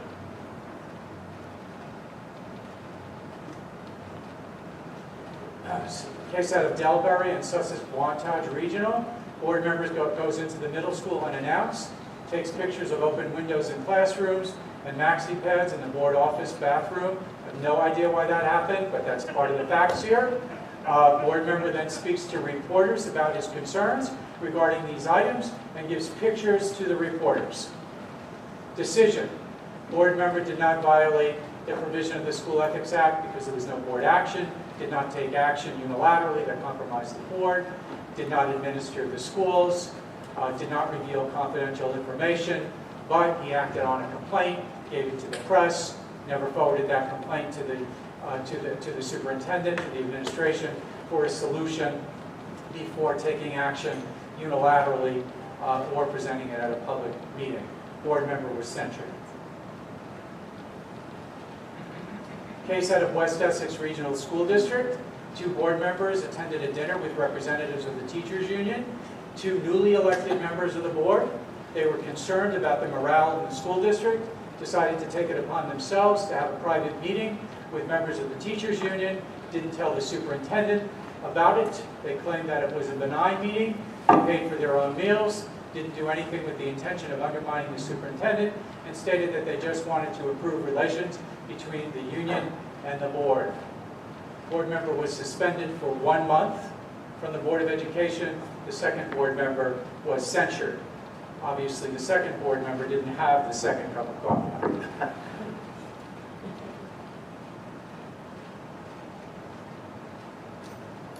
Public complaints. Statute requires board members to refer all complaints to the Chief Administrative Officer.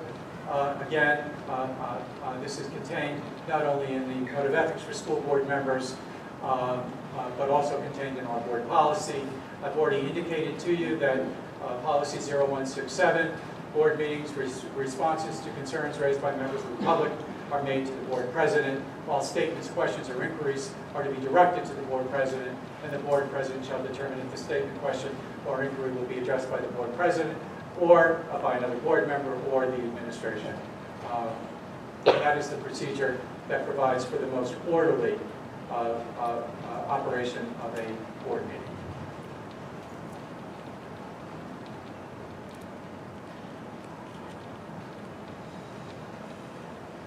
So, conflicts of interest.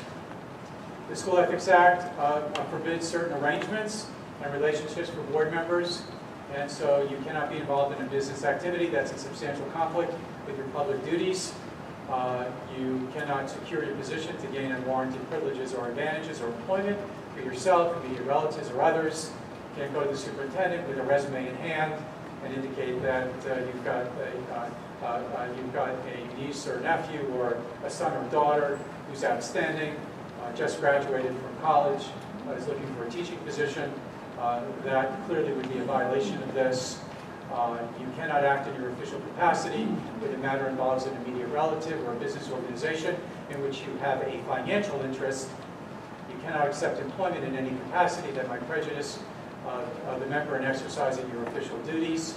Any gift, favor, or loan cannot be accepted if there's a quid pro quo for that, and you cannot use non-public knowledge for financial gain.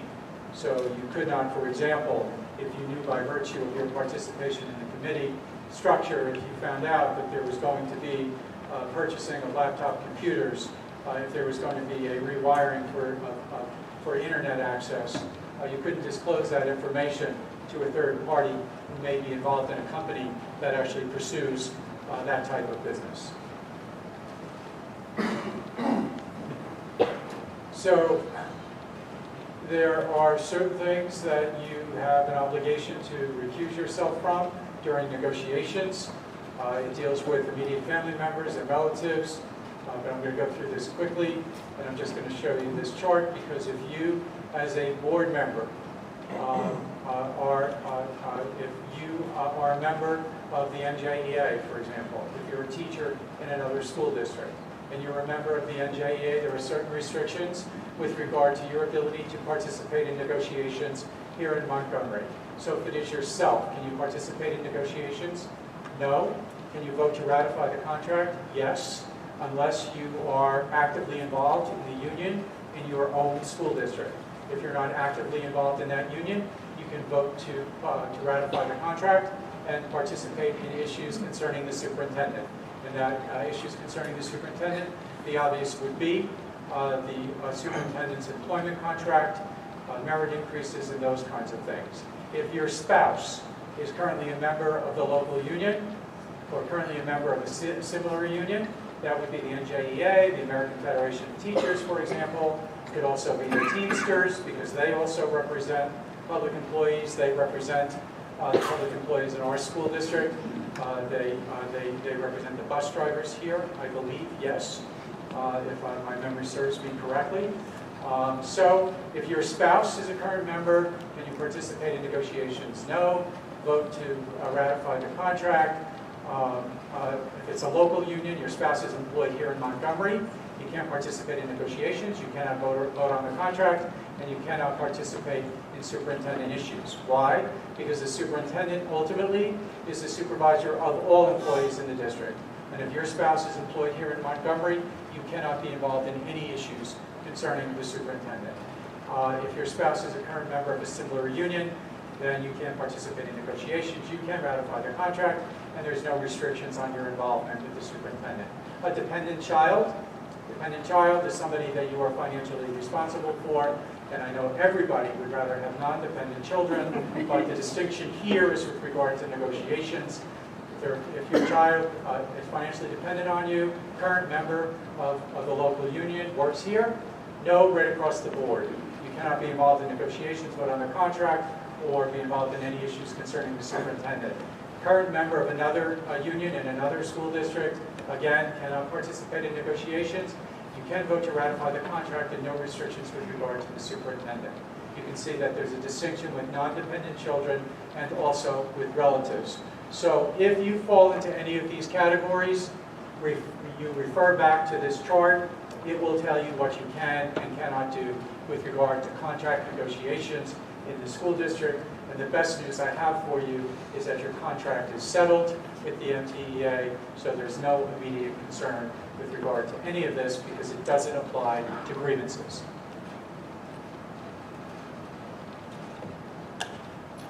So even if there's no automatic recusal or per se conflict, there may still be a case-by-case conflict if you or a relative is involved in an out-of-district union. And again, I told you that you saw this on the chart. If you're an officer of the NJEA, you've been involved in negotiations, you have a leadership role, you see all those little asterisks on the chart, that would preclude you from participating. So you don't, as I said, surrender your private rights with regard to First Amendment rights. You have to be circumspect when publicly expressing personal opinions. And again, this is really important.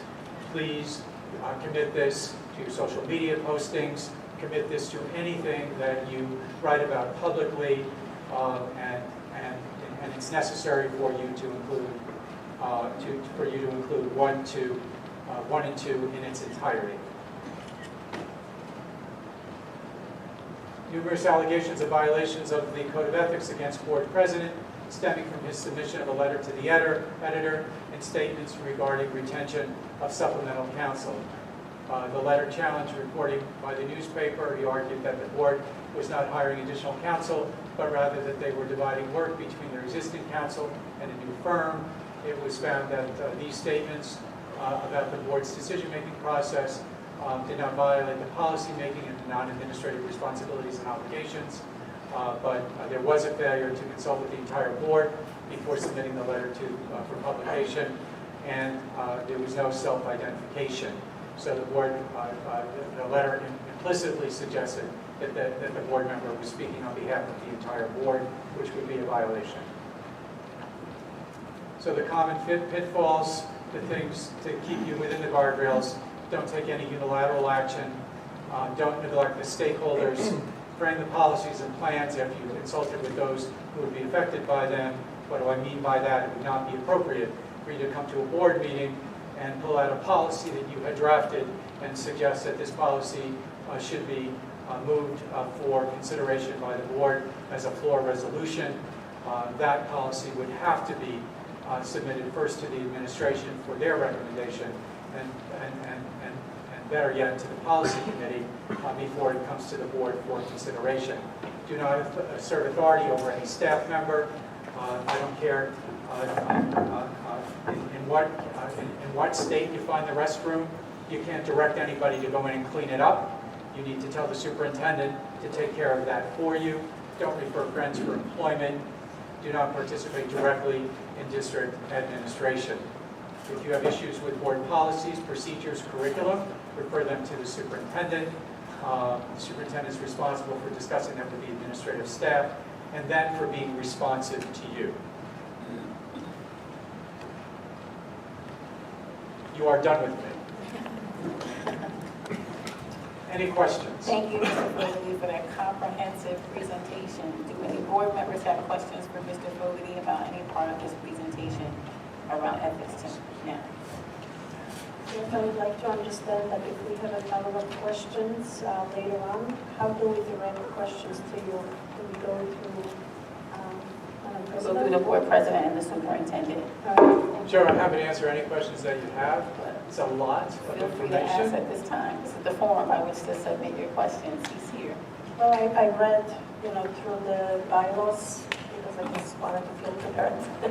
And I just wanted to maybe get some clarification about some prohibited acts, but I don't know if you have that in front of you, so that's why I just think maybe I should just follow up later. Sure, that's fine. If you submit your questions, I'll respond and get you the answers that you need. Thank you. My pleasure. I have one quick question about quorum. I guess if a board member asks a committee for the minutes afterwards, is that, since there are 4 members on the committee, and then you would have that information being passed to another member, you would have 5 members, is that affected by the quorum? So if a board member who is not a member of the committee, and that can often happen, that I am not a member of a particular committee, but I am particularly interested in the work of that committee. And so I would like to have those minutes. You can pass those minutes along to me without running the risk of creating a quorum. What you couldn't do is invite me into that committee meeting. But you can certainly pass those minutes along to me, and that's a best practice. Because I'm not on every committee, and the work of your committee may very well influence my decision on my committee. You may be on a finance committee, and I am dealing with, and I'm on a committee, the education committee, that is looking at a new project. For example, you're on the finance committee, and I'm on the committee that's looking at the full-day kindergarten that's going to be installed here. I want to know about the money that's going to be necessary for the bricks and mortar, for the books, the teachers, and so on. So yeah, the minutes can be forwarded to another board member without any restriction. Thank you. Thank you again, Mr. Fogarty. All right. At this time, I'm going to, the board invites Dr. Saul Rubenstein. He's a Rutgers Professor of Labor Studies and Employment Relations to conduct the presentation on the New Jersey Public School Labor Management Collaboration Initiative.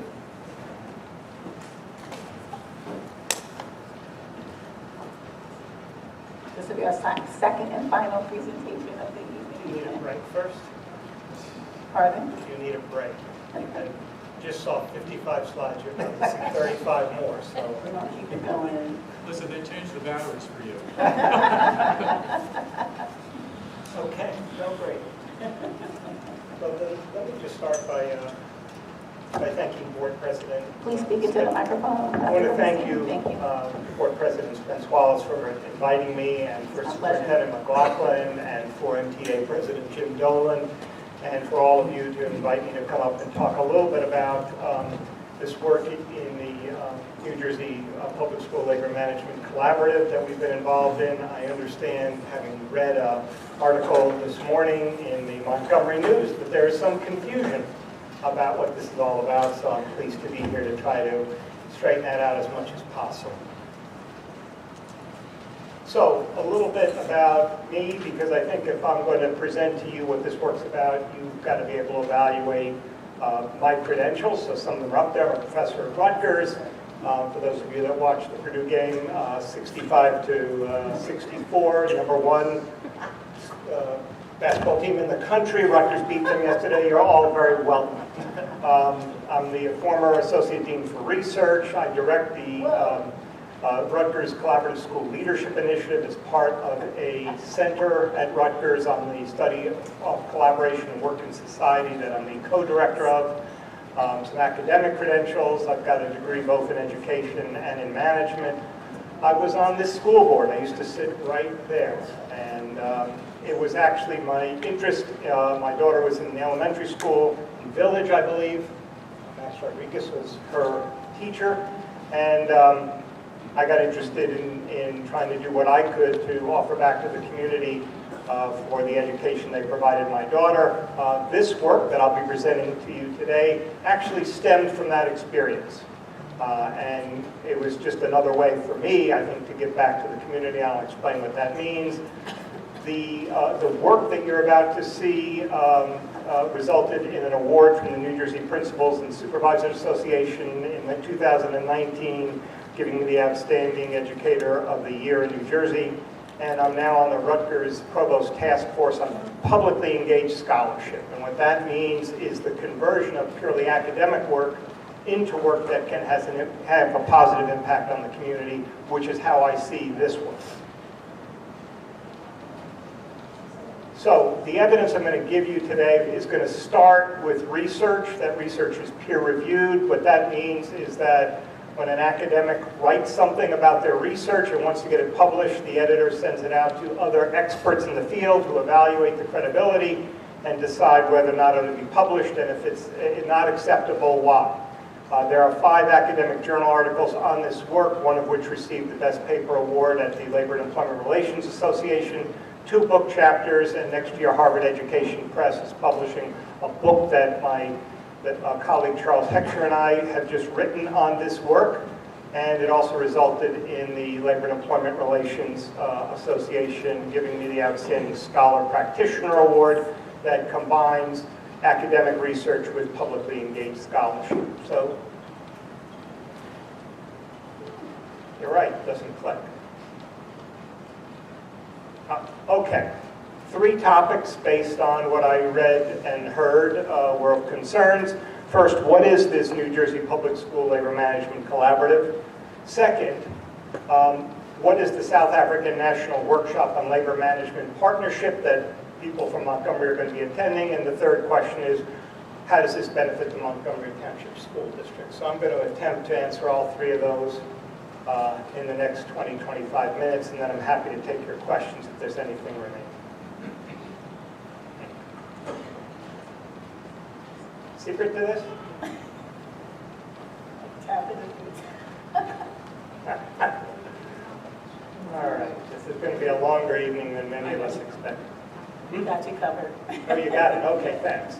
So what are collaborative partnerships and what do they have to do with education quality? And what this is the idea that schools can be improved or reformed based on district and school level faculty, staff, union, administrative partnerships that empower educators to use their professional expertise in schools to share in decision-making, align goals, exercise discretion, and elevate voice, with innovation coming not from state houses, not from state mandates, not from Washington, but from within districts to identify and solve problems with a focus around teaching and learning.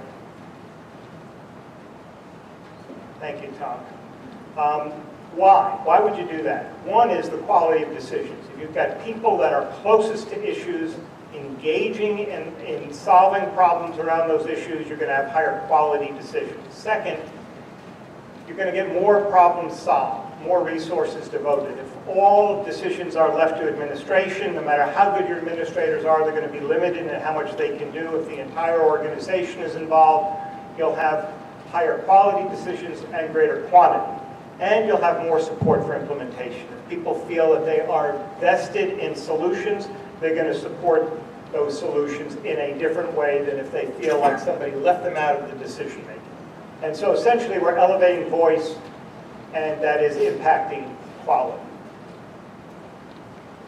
So if you hit it again, Tom, if there's a conflict between your union and your administration, two more times, please. Thank you. We have an institution that deals with that, and that's called collective bargaining, and it works well, and it happens every 2 or 3 years. The question is, and if you could hit it to the next slide. Yeah, 2 more times. What about areas of, and one more, common interest around teaching quality and student achievement? What institution do we have to deal with that? And the answer is we don't, not by statute. We'd have to design it ourselves. If we were in Europe, we would by law have a works council, because we employ more than 50 people, to work on areas of common interest like teaching quality and student achievement. In the United States, we don't have that by statute, and therefore we have to develop it, and that's what these partnerships are essentially about. So, what we are doing is trying to understand whether those partnerships affect what goes on in school buildings among educators, and whether that has an impact on students and on teachers and on the culture. A lot of this work came out of work that was done in the private sector in the 80s and 90s. When I got onto the school board here, I was very interested in whether that could apply to public education as well. So we began to look across the country at examples of those kinds of partnerships and whether they had an impact on student achievement. And so we did research, and we did research nationally, looking at performance on standardized tests in English and math, looking at the level of partnership that took place between the teachers union and administration and school board, whether that had an impact on collaboration in the buildings.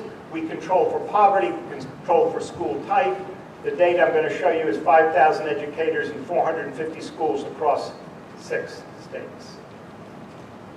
We're looking at partnership, which is defined between institutions, unions, school boards, administrators, and collaboration, which has to do with the way people work together within buildings. So this is the punchline. 450 schools there, controlling for poverty, controlling for state, controlling for the test type, controlling for the type of school. And poverty clearly has the biggest single impact on performance, but when you can isolate it by factoring in the percentage of students that qualify for free or reduced price lunch, this is what you get afterwards. An additional 12.5% of students testing at or above standard in that state based on the level of collaboration between the educators in the building. Statistically significant. We found a similar result for math. Yes, President Wallace, did you have a question about that? Yeah, could you just explain to everyone what do you mean by when you say control for certain variables? So that's if you could flip back one. So that's a regression analysis. Essentially, it's a statistical analysis that that isolates particular variables: the school, the state, the test. And so if you factor into the equation the percentage of students who qualify for free or reduced price lunch, you can then isolate the impact of that on student achievement. And that's what we did. So after you've controlled for everything else, this is what's left just based on collaboration.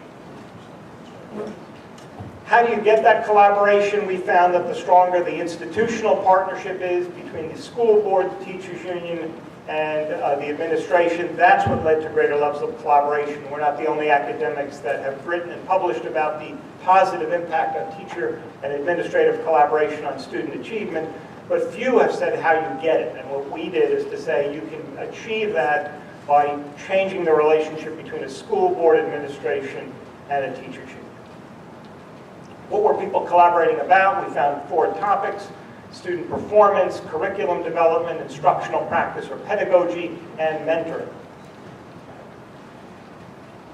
Now if we flip to teachers and turnover, which this was done pre-COVID, the story has only gotten worse post-COVID. I mean, I know that Montgomery has trouble even getting substitutes, right? And so, big problem across the state, across the country. Teachers are retiring at record numbers. They're not being replaced. There's actually half the number of people graduating with teachers' degrees today than there were 50 years ago. So there's a huge shortage of educators.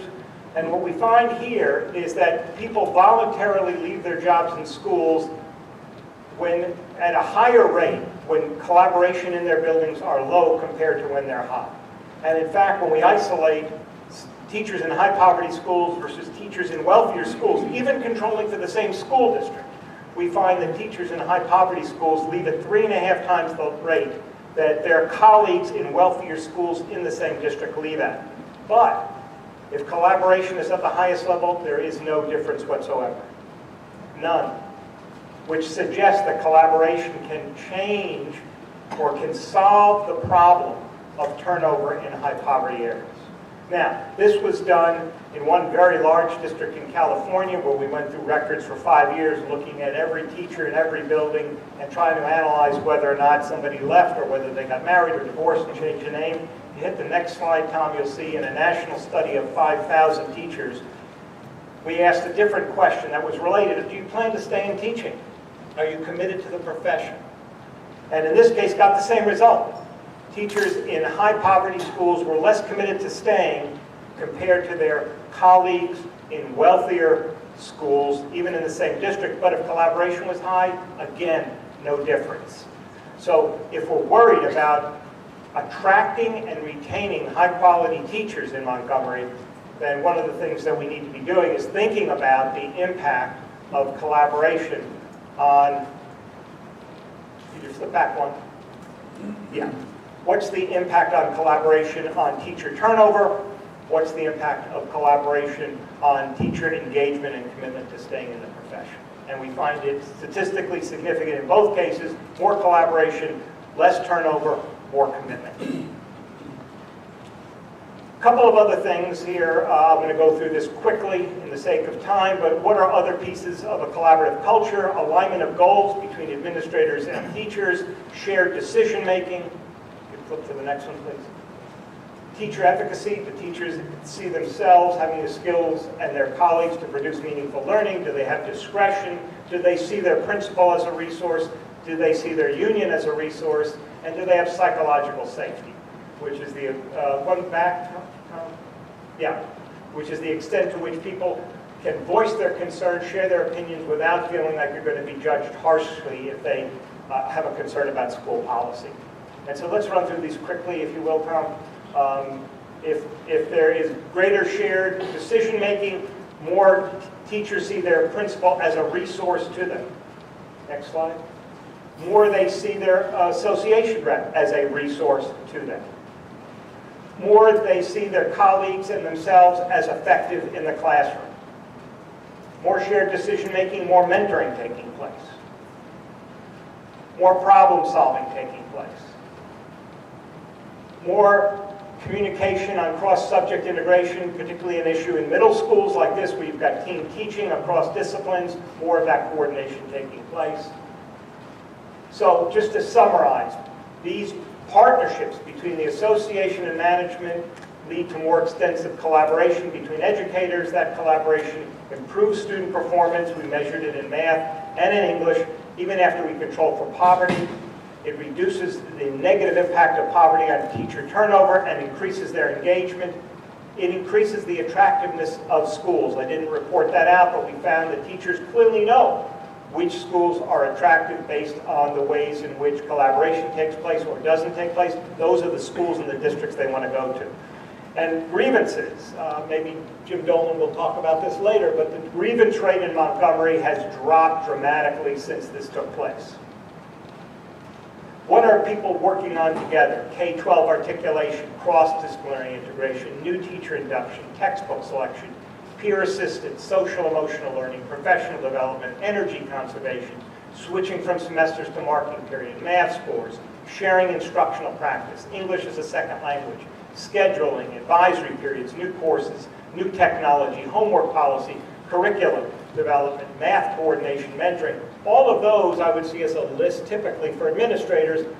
In the schools that we're talking about, those were done jointly.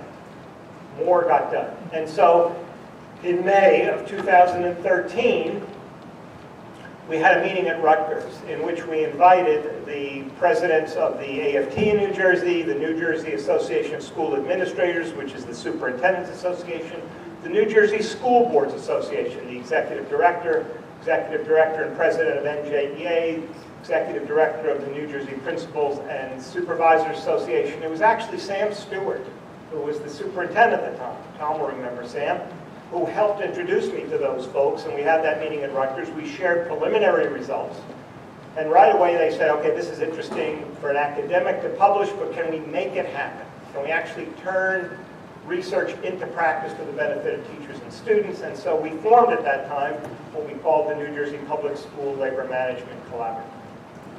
And that group has been meeting ever since, and those associations came together. We held a statewide summit. Governor Murphy came to that. We put together a program to build capacity in schools and districts to do that work. By the way, Montgomery hasn't had to pay a cent for that over the last 10 years. I have not earned a penny from that from Montgomery. That's not why we do this. We do this in order to try to improve the way any board member volunteers their time to improve teaching and learning in this district. We pull together twice a year all the districts that are involved so they can share experiences district to district, school board member to school board member, principal to principal, union leader to union leader, superintendent to superintendent. We have a team of facilitators from the first districts that went through this, which was Montgomery, Delran, and Metuchen. These include board members, these include principals, superintendents, union leaders, teachers, who then do peer-to-peer coaching and peer-to-peer training in the new districts. And we continue to do research. We're right now comparing the 25 districts in our collaborative in New Jersey, how they fared during COVID compared to a matched pair of similar districts to see the difference in experience. I know that people have said about Montgomery that it was, even in Somerset County, and perhaps Superintendent McLaughlin can speak to this because she's talked about it eloquently at conferences, how the difference was during COVID in Montgomery compared to neighboring districts because this infrastructure and protocol was already in place. To date, in New Jersey, we have 25 districts that include 158 schools, over 475 administrators, 9,200 teachers, teaching almost 100,000 students. We're trying to add another 6 to 8 districts this year. It's been tough during COVID, but we actually did some training remotely, and now we've returned to training again. We want to get to a critical mass. We think that might be 10% of all New Jersey districts, which might be 60. We're about halfway there, not quite, but we pivoted in the last couple of years to the large urbans, which means we now have 7% of all the students in the districts that are included. In September 2021, the U.S. Secretary of Education, Miguel Cardona, came to New Jersey because he'd heard about this work, and he heard Montgomery speak and Delran and Metuchen, and he said the following: being in education for 20-something years, I've seen examples of good collaboration. I've seen examples of poor collaboration. At the end of the day, I've never seen it connected to student outcome results the way I saw it today. So I love the fact that you're chronicling what's working and the impact that it has not only on our students, but on our staff. Teacher retention. Teacher satisfaction leads to teacher efficacy, principal efficacy. You develop good processes built on trust, collaboration, respect, some of those basic things that we expect, right? And you embed that in your systems, and the product will follow. Student outcomes, most importantly. So you're on to something really important, and you're on to something that I feel if we're serious about going from urgency to agency in our country, we need to spend as much time talking about this as we do about some of the other things that are grabbing headlines. We need to lead with this and talk about how we are one community for students. He then talked following week in an international conference about the same thing. So I hope that I have convinced you that there's something here. That there's something here that's good for students, that there's something here that's good for teachers, that there's something here that's good for the district, for the board. I can't emphasize enough, the New Jersey School Boards Association has been behind this now for 10 years. It's part of their policy. They do the same training with us. They are encouraging all boards and all board members to engage in this kind of work because they've seen the data and they are convinced it's good for students, it's good for teachers, it's good for the district. As a former board member, I don't know how you can look at that and not say, I've got to do this for my district, I want it for my kids, I want it for my teachers. So, South Africa. South Africa has only had public education since the end of apartheid. It's less than 30 years, about the time this building was built. And they have been interested in elevating the level of quality of the South African public education system. And they heard about this work. And they have sent 5 delegations to New Jersey over the last 6 years, including during COVID, to visit New Jersey districts across the state, to visit with us at Rutgers. They came to Montgomery. And they have said that they'd like to roll this out as part of their policy now to improve South African education across the entire country. This conference and those visits are sponsored by the South African Labor Relations Council, what's called the ELRC. The ELRC is statutory. It's part of the government of South Africa. It provides services to the Department of Basic Education, which is K-12, teachers' unions, and educators in the interest of the South African public with the aim of maintaining labor peace within public education and prevent disputes from arising. So that is who the organizer is of this work in South Africa. They are organizing a conference, and the co-sponsors of that conference are the South African Department of Basic Education and 7 teachers' unions. And they have many more teachers' unions than we do in this country. Some are for administrators, some are for faculty, some are for staff, and you can see them all listed there. And then a bunch of South African universities are also going to be part of that. They have asked us to bring a delegation from New Jersey, from 3 districts, Montgomery, Metuchen, and Delran, to share the experience that we've had here in New Jersey over the last 10 years with them so that they can try to build this kind of capacity in South African public schools. As I mentioned, broad-based public education did not begin in South Africa until 1995, post-apartheid. What is apartheid? Apartheid in South Africa was white minority rule. And that ended peacefully in 1994, and then what had been 21 different education systems. You went to an education system based on your race and your color. And that was dismantled in 94 with COSATU, which is the Congress of South African Trade Unions, along with the African National Congress, and they built then the first broad-based public education system. Now, in working against apartheid, they were joined by the rest of the world. There were proclamations and declarations by the UN. U.S. corporations boycotted South Africa to put pressure on the white apartheid government. Universities, Michigan State, Columbia, Harvard, University of California, 22 countries boycotted. United States, states like Nebraska, 90 cities like San Francisco. So there was an alliance to try to put pressure on the white minority government to offer voting rights and other rights to the rest of the country, and it was successful, and so public education began in 95. The Education Labor Relations Council has been looking for a way to improve. They want to work with all the teachers' unions, with educators, and as I said, they've made visits here in the United States. It's really interesting. They've come to New Jersey. They haven't come to Washington, they haven't come to California, they've come to New Jersey. I should also say that South Africa represents the strongest democracy in all of Africa. It's in the same tier as U.S. democracy. The Economist, a conservative journal, rates democracies worldwide every year, and South Africa and the United States are in the same tier.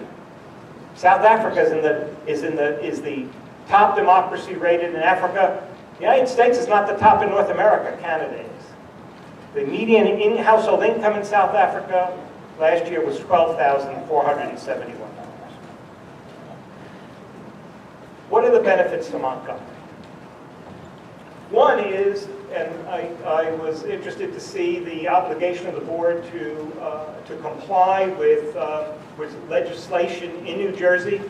New Jersey legislature has a bill, A1301, the Amistad bill, put into place in 2002. It says to infuse the history of Africans and African Americans into the social studies curriculum in order to provide an accurate, complete, and inclusive history, and to ensure that New Jersey teachers are equipped to effectively teach this revised social studies core curriculum content standards. Certainly, I think a visit to South Africa by educators from Montgomery can help implement that mandate. Your portrait of a graduate on the board website talks about civics education and how to serve the community. Certainly, I think a trip is consistent with that board policy. You have a committee on diversity, equity, and inclusion. It says Montgomery Township School District is committed to improving the educational experiences of all students through fostering a culturally inclusive and responsive environment. Certainly, a visit to South Africa by educators who can bring that back to the district helps to make that a reality. Finding common ground, understanding each other, building a community, it's a challenge across Montgomery, it's a challenge across New Jersey, it's a challenge across the United States these days. How do we heal our differences? How do we strengthen our democracy? I think the best example in the world is in South Africa. It comes out of the end of apartheid, when Nelson Mandela and Archbishop Desmond Tutu put together the Truth and Reconciliation Commission to try to overcome the differences.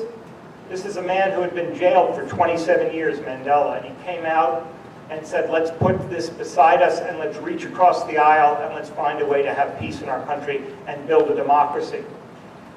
That got him the Nobel Peace Prize, as well as the U.S. Presidential Medal of Freedom. It got Desmond Tutu the Nobel Peace Prize, and 52 other countries have adopted the same Truth and Reconciliation Commission as a way to achieve peace and reconciliation in their countries.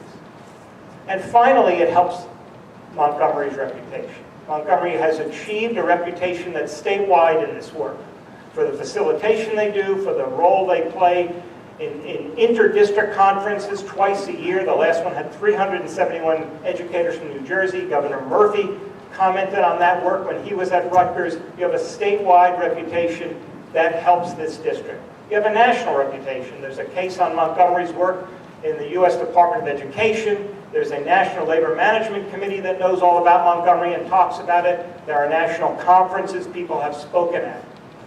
And internationally, South Africa coming here, the leaders of the South African Teachers Union, Department of Education, people from the private sector, from the Education Labor Relations Council, all elevate the reputation of Montgomery internationally. What does that mean? College admissions offices make a differentiation based on reputation of school district. That's quite clear. This helps them.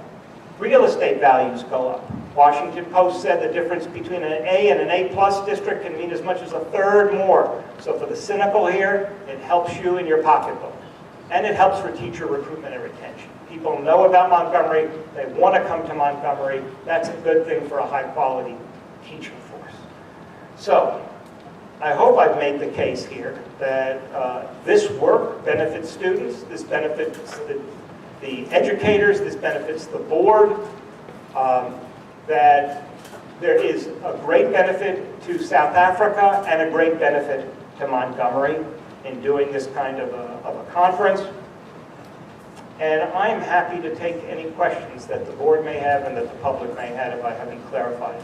So thank you, Saul, for that presentation. So the Board of Education members may ask questions about the labor Management Collaborative Initiative and the action item that the Board of Education voted on last month for the South African trip at this time. A question, a couple actually. Sure, Board Member Carlson, absolutely.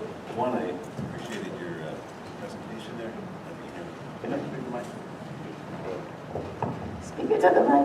Is it on? Yes, his mic is out.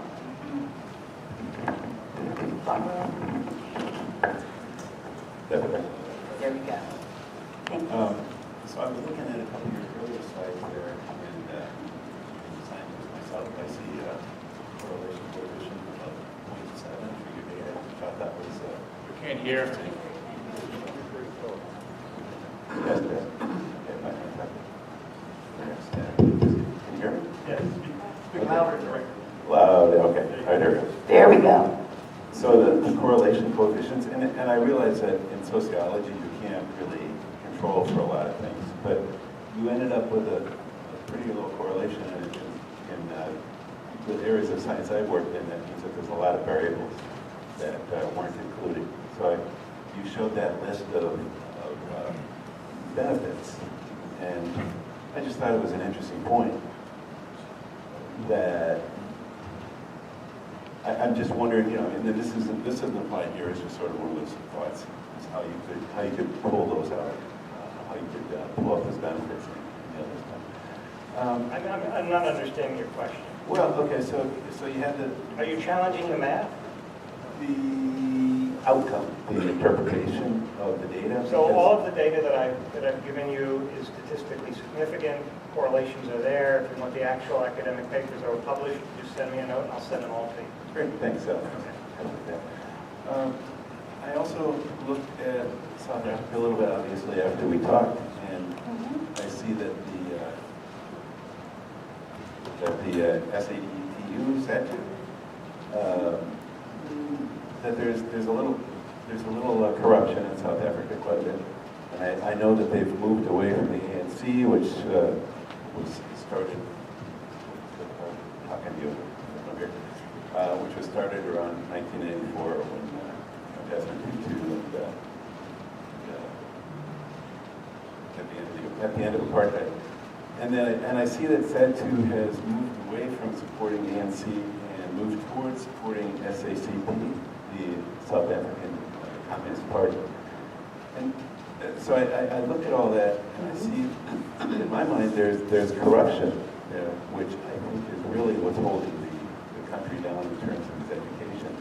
And I'm wondering, are they, since you're working on this project, are they willing to look at that as a source of the problems in their education system? And how will coming here help them? So I think your facts are completely wrong. The SADTU is completely affiliated with the ANC. I know that there has been accusations of corruption in the ANC, but if that was the litmus test for democracy, then I think we have to look in the United States. I mean, did you see the January 6th hearings, the final ones? I mean, no country is without accusations of improprieties, but it has nothing to do with SADTU. It has nothing to do with SADTU. SADTU is a trade union. SADTU is not a political organization. Communist Party of South Africa may be a political organization, but it has no affiliation with SADTU whatsoever. Now, let me tell you a little bit about the history.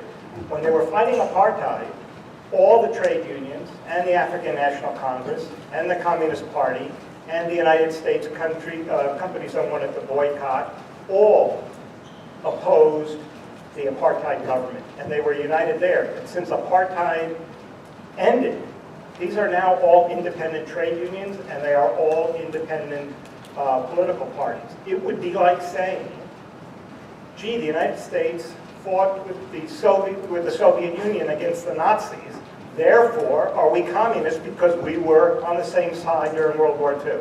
That's the analogy. So I'm sorry, SADTU is not part of the Communist Party. There is no affiliation. It is a trade union, and it is one of 7 trade unions that are working with the ELRC and the Department of Education to sponsor this conference. The conference is about education. The conference is not about politics. It's about kids. It's about teachers. It's about achievement. So are they, thank you. Okay. Other questions? Do any other board members have questions at this time? I actually do, but before I ask about the LMCI, I just wanted to ask more questions about the South Africa, because you stated that there's no relationship between the South African Communist Party and South African Democratic Teachers Union. So just in October of last year, the South African Communist Party issued a statement, and it says, "Dear comrades, I wish to express our sincere gratitude to SACP as the SACP to SATU for the invitation to attend and address the Union National General Council. The SACP salutes you." And then they say, I can provide this document, basically they say, "You have full support of the South African Communist Party." So how is it that you say that they are distant from the Communist Party when they truly collaborate with this organization?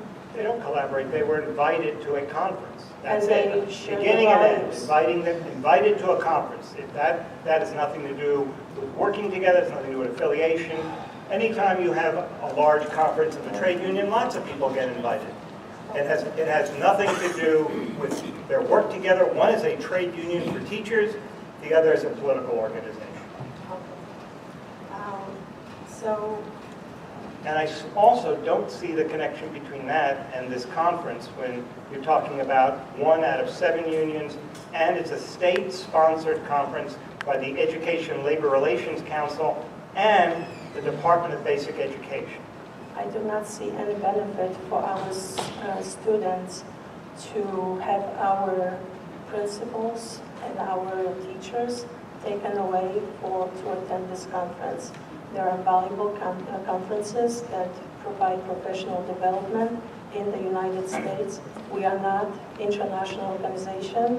We are local public school district. So we serve the local public. So I really do not understand What about the mandates that are coming from New Jersey State Legislature? They do not mandate to have our teachers travel to one of the most dangerous countries Why do you in the feel world. it's the most dangerous country? Because there is a travel advisory. It basically says that people get kidnapped, robbed, attacked, especially, Well, I took a look because I anticipated this, and it turns out that in the next 4 months in South Africa, you're going to have the International Business Management Association, the International IT Association, International Physics, International Math, International Chemistry, International Biomedical Engineering, Law, Political Science, Environmental, International Psychological Association, International Medical Sciences, Engineering, Economics, Arts, Social Science, Math, Finance, Energy, Robotics, Nanotechnology, and AI in the next 4 months in Cape Town holding their conferences. which is great because those organizations are probably private and international. They're not private. These are educational associations. These are academic Well, they're not organizations. local public school districts.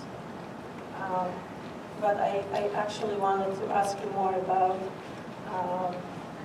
the LMCI. So you stated that the purpose of this collaboration is to decrease turnover and, I guess, benefit our students, their performance. When this program was introduced to our district, I believe it was around 2009 or 2010. No, it's 2014. 14.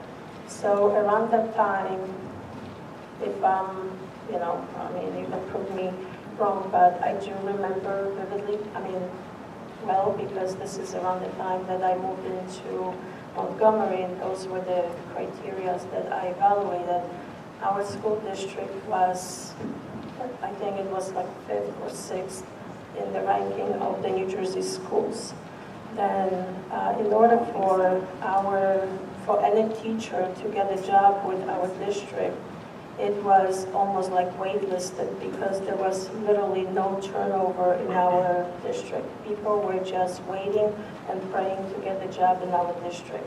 So I'm trying to understand what prompted you to contact our district to start this collaboration program, and given, you know, how our district is changing right now, where actually our ranking is coming down, what is this program doing for our district to help us elevate the performance of our students? Because it doesn't seem like we're going in the right direction. Really? Well, I would actually, I mean, every single board meeting, I understand, you have presentations from the school leadership teams that talk about all the things they're working on. I know that happened at the last meeting with the high school team. That's the kinds of things that are going on. If you talk to the union, you'll find out that the labor relations and the amount of grievances have dropped precipitously. Improvement in student test scores. I mean, it goes across the gamut. I can't imagine that the district isn't stronger today than it was 10 years ago. Well, it doesn't seem like this based on the data, like how we are being rated. Which data are you looking at specifically? Even, you know, like just how we are being rated by the different organizations when they do rankings of the schools. Board member Phelan, are you referring to like the New Jersey Monthly and those types of publications that use differing variables to rank all the over 550 public school districts in New Jersey? Are you referring to those? I'm referring to the rankings that are published every year, so the same set By of whom? criteria.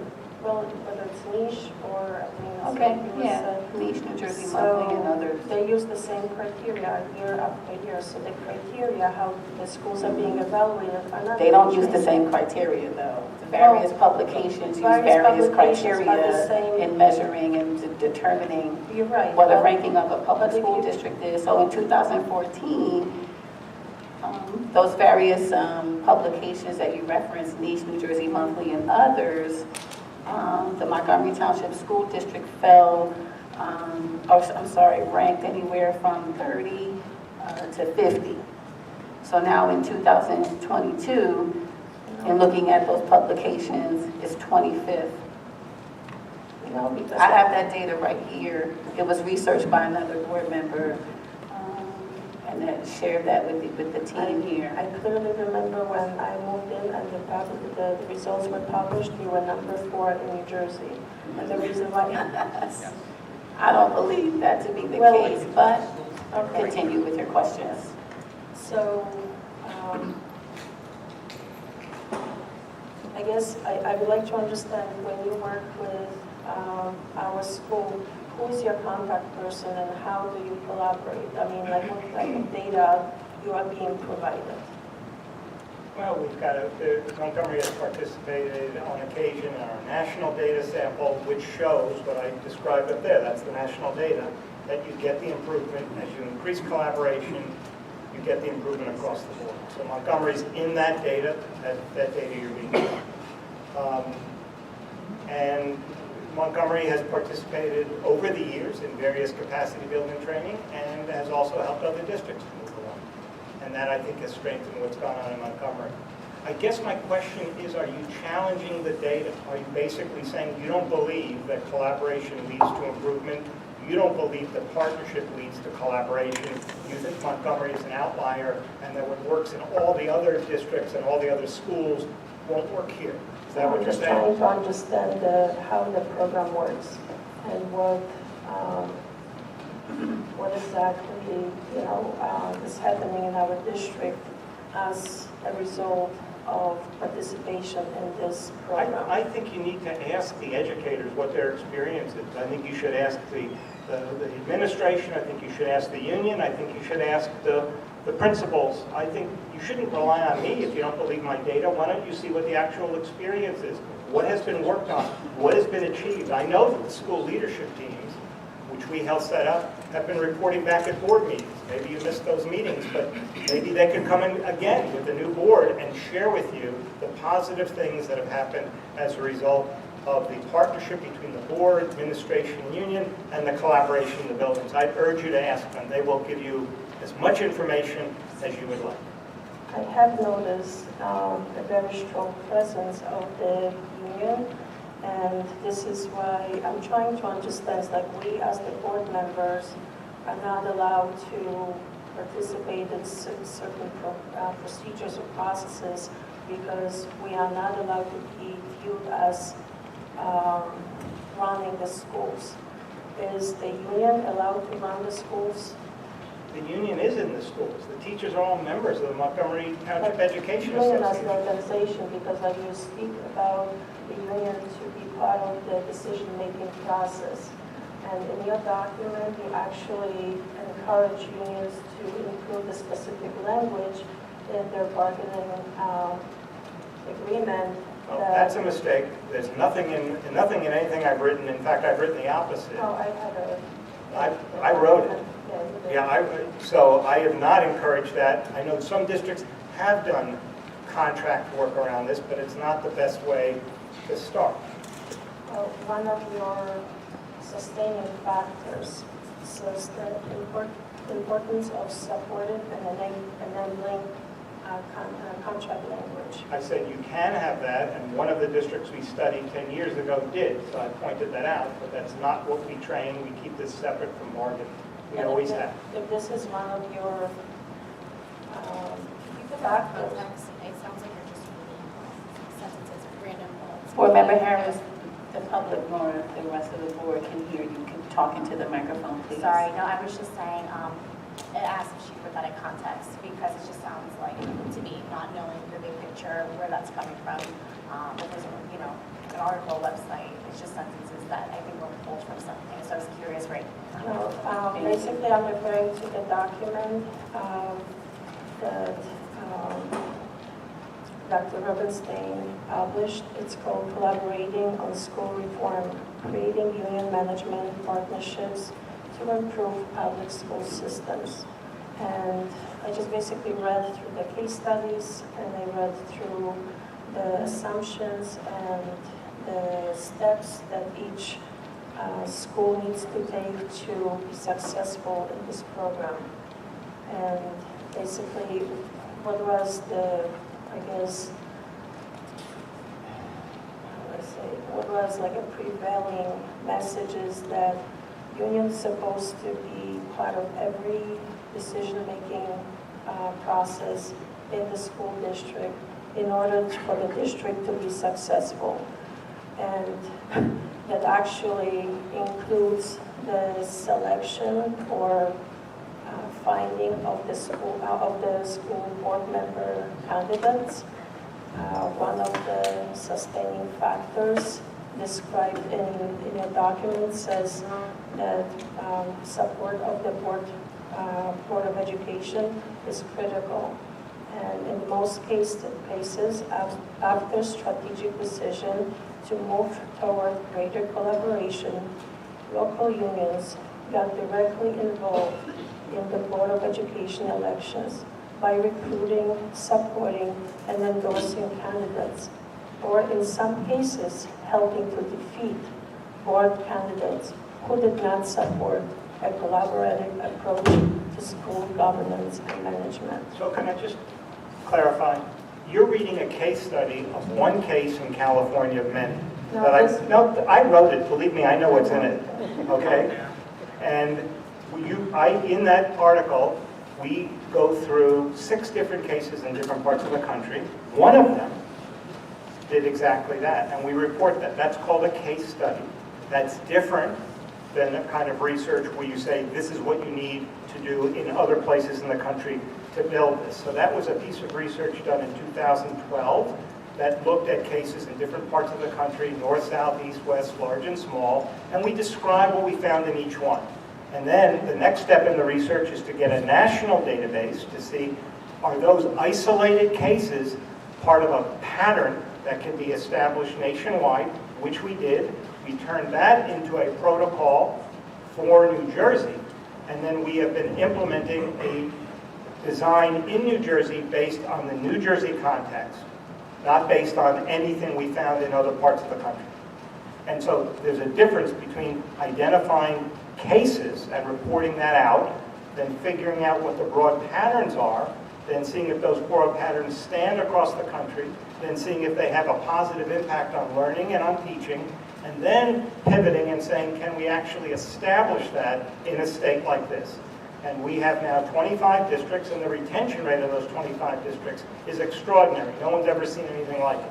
90% of the districts that started with us 10 years ago are still doing this work. If they didn't find value, there's nothing that stops them from saying, it's enough. We don't want to do this. So I think you have to go back to the district and say, is it valuable to you to do this? Because no one's forcing you to do it. Well, It's voluntary. It's all voluntary. It's not contractual. It's not in the Montgomery contract, and it's not in the contract in any other district we've been working with. Actually, that was my other question, so thank you for just setting the stage. So is there a contract between you and the Montgomery No. district to participate in No this? contract, no money's been exchanged. So, It's voluntary. so there are no terms of how we collaborate, how we share We information? offer training. If people want to come, they come. If they find it of value, they will come.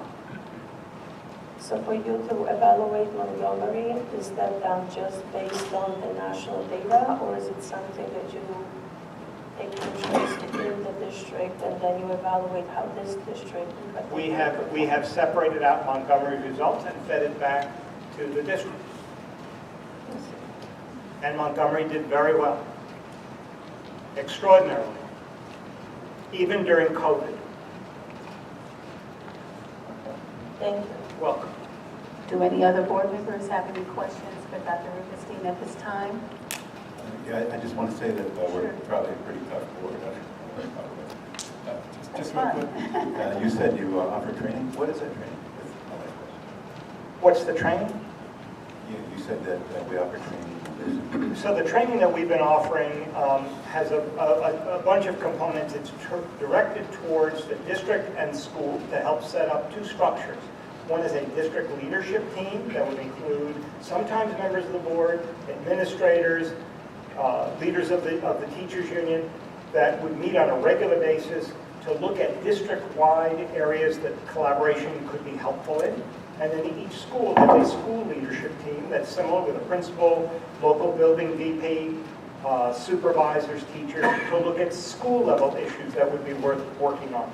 And then we do capacity building training to help develop skills in joint planning, problem solving, decision making, conflict resolution, meeting management, teaming. We go deep into the cognitive science, the quality sciences to try to understand the difference between problems that are about control and maintenance of the building versus about improving performance in the building, how to use statistics in that and data, how to do root cause analysis and Pareto analysis, how to plan implementation of innovations, and how to then evaluate whether they work or not. And so this happens over several years. And we typically train teams from schools or teams from districts. Sometimes we combine districts so there can be an exchange across multiple districts. So that the unit here isn't any one school, not any one district, but it is a learning network across the state.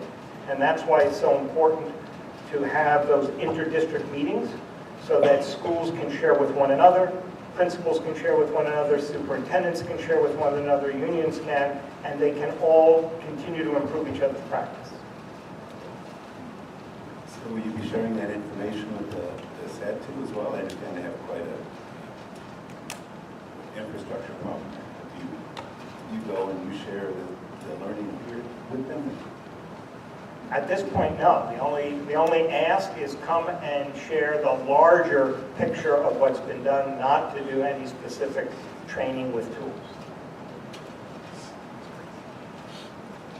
I just wanted to share, some members of this board voluntarily participated in a training that happened in the spring of 2022 here in the school. I participated, took a work day off, and some of us, I think Ms. Bensuarez was there, oh, that's right, Christina was also there, and the three of us had our own work group and talked about how to better our relationship of the board with administration. So that was part, it was a whole day training that we voluntarily participated in. I have a question. From a perspective going back to the South African Democratic Teachers Union, when I did some research, it explicitly in their materials focuses very heavily on the labor relations. What is the benefit to our students? I guess I'm trying to link the involvement in that organization to our students directly. And I also, I couldn't help but think, I also read the same piece of work that you have written. And one of the things, as I just researched the elements of successful school districts, one of the key elements in all of those articles was always family and community engagement. And I feel out of all the analytics that we've read in this process of us participating in this program, as well as now participating with the South African Teachers Union, I don't see the correlation of the benefit to Montgomery student directly, and how can we leverage that. We've also have seen that, we haven't seen some key results. To Ms. Filak's point, we have not been able to correlate the benefit to the results of the school district as we're making significant shifts within our educational structure at Montgomery over the last few years. So I'm just curious, is family and community something that you've thought through as you've done the research? Is that something that you feel is really important in the work that you're doing? So you've asked a couple different questions. I'll try to hit them all if I can remember them. First, I'm not surprised that the South African Democratic Teachers Union in their literature talks about labor. They are a labor union. They're there to represent their members, so that is no surprise. Second, the conference is not about the South African Democratic Teachers Union. It's about the Education Labor Relations Council and the Department of Education. It is supported by all the teachers unions, of which SACU is one. And so the benefit here is, how do you improve public education? How do you do it in a way that elevates the professional knowledge of teachers and educators? That's the topic. And as I said earlier, the benefit to Montgomery is, I think, South Africa has done the best work in the world on trying to find ways to reconcile differences, find ways to reduce conflict, find ways to forgive people and relate to them, even though they don't agree with everything that you say. That's where that Truth and Reconciliation Commission came in, that is now gone worldwide. That's why Mandela is extraordinary. People should know about him, and people should know about the work that was done to create a democracy out of an apartheid minority rule state. That is a lesson that everybody should know about, and that can benefit Montgomery as well as any place else in the country.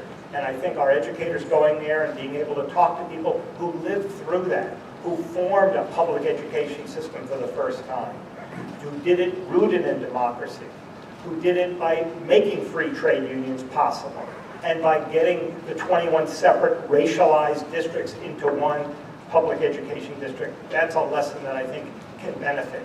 As I mentioned, on the board website, you all are supporting initiatives on diversity, equity, and inclusion. This clearly corresponds to that.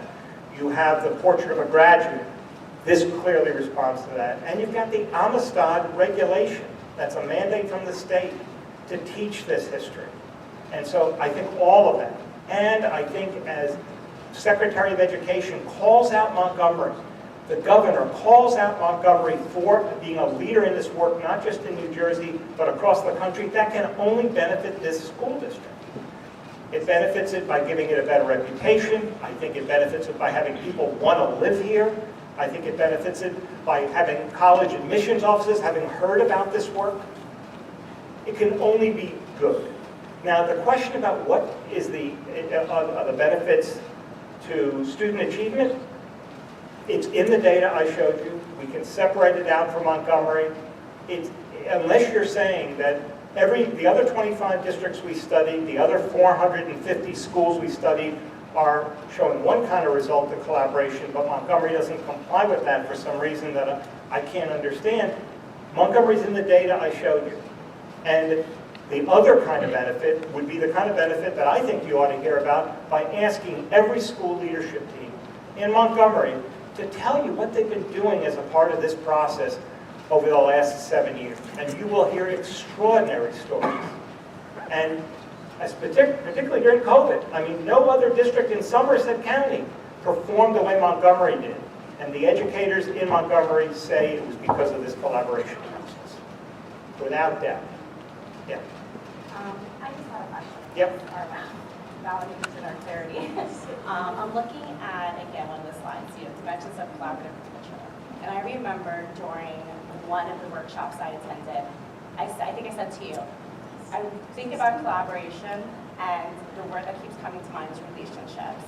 And I believe, correct me if I'm wrong, you agree. And I'm looking at this slide, and it's talking about goal alignment, shared decision making. To reread, the extent to which teachers and administration are working together towards common goals, high goal alignment.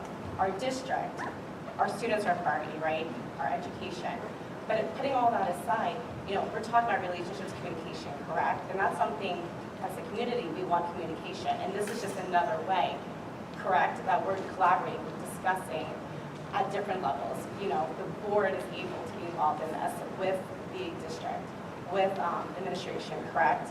And it's just another way that we can communicate, trust, and work together and benefit the students.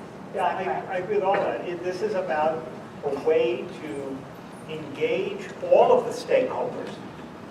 And those stakeholders include the community, the parents, the board, the administration, the teachers, and work together towards the common goal of improving teaching and learning. Now, up till now, the parents have largely been represented in this through the board. And most board members say that's fine. But we also think maybe we should go beyond that and bring in the parent-teacher organizations, the PTAs, maybe even high school students into the future. But all of that has not, we're in the early stages here. And so for us, the representatives, the links to the parents in the community have come through the school boards. But you're absolutely right. This is about alignment, this is about common goals, this is about working together to improve teaching and learning. There's no hidden agenda, and we've got the data to prove it. I would like to see that data, particularly for Montgomery, just curious what that looks like. I know there's a lot of different schools involved, just to connect the dots between what we have seen over the years when the program was implemented, et cetera. I would appreciate that. Sure.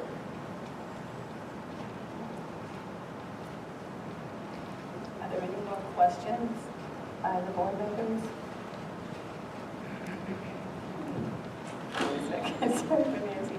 But now, the Board of Education has decided to invite any community member specifically to approach the podium to ask one question about the presentation exclusively that Dr. Rubenstein just presented. The one question must be is exclusive to Dr. Rubenstein's presentation. I can only direct comments to you, President, not to Saul.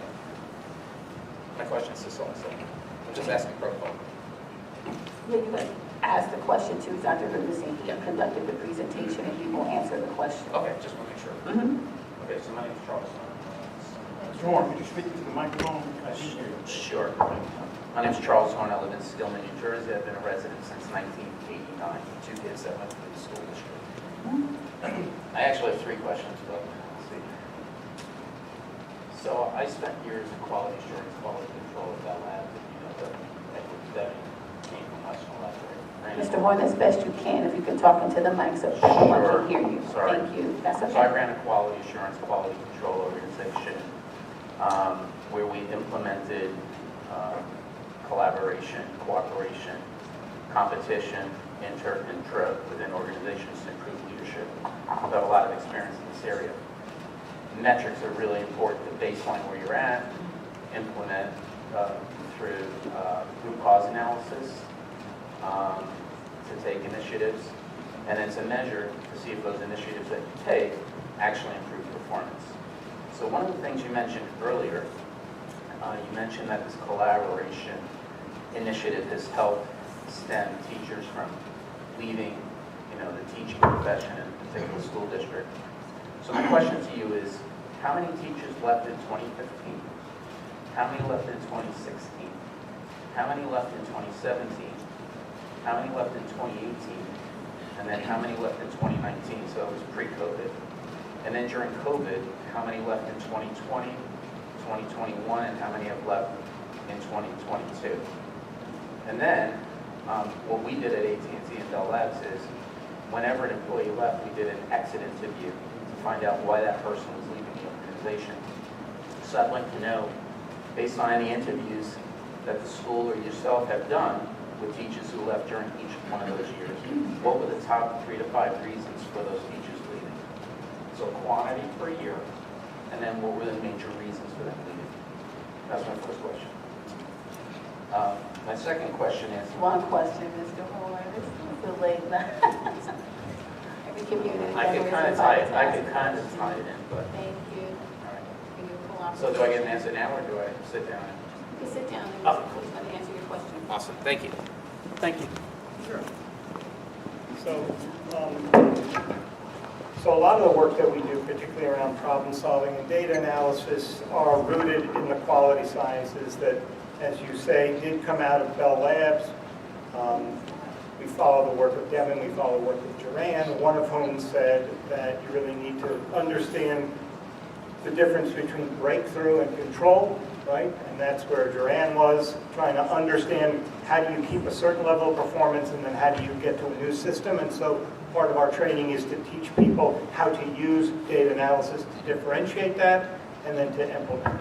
And then Deming's work was involve everyone. That's what his contribution uniquely was. And clearly, that this work is about how you get everybody involved, not simply your quality engineers. So we're completely consistent with the teachings of the quality sciences out of Bell Labs, out of Duran and Deming.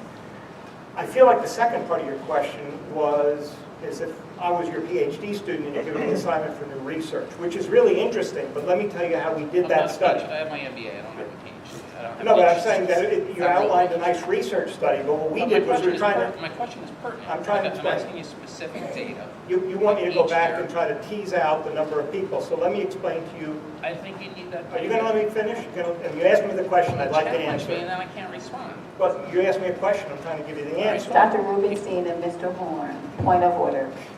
Point of order. No worries. We're not going to engage in a debate. Mr. Horn submitted his question. Dr. Rubenstein, you're invited to answer that question. Thank you. So what we did was we looked at 5 years of data, and what the key piece was where were the teachers leaving from? Were they leaving from collaborative schools or less collaborative schools? So the control here is to factor in the level of collaboration with the turnover rate.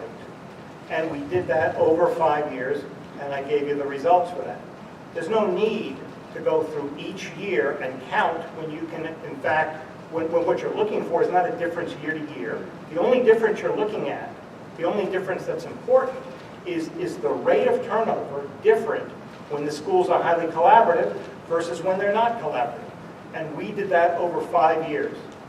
The tests are all statistically significant. I'll give you I'll give you the papers if you want to, but it's the correct way to do it. All the peer reviewers say was the correct way to do it, which is why they published the research. Then, to just make sure, because we wanted to go beyond one district, we went and asked 5,000 teachers across the country, are you going to stay or are you going to leave?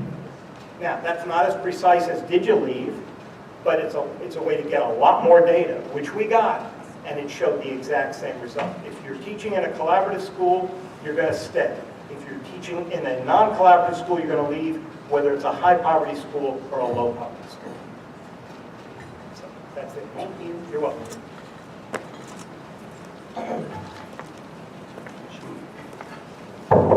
Hi, Jeffrey Brent. Dr. Rubenstein, thank you for your presentation. And my question is about the quality of your slide deck and your presentation.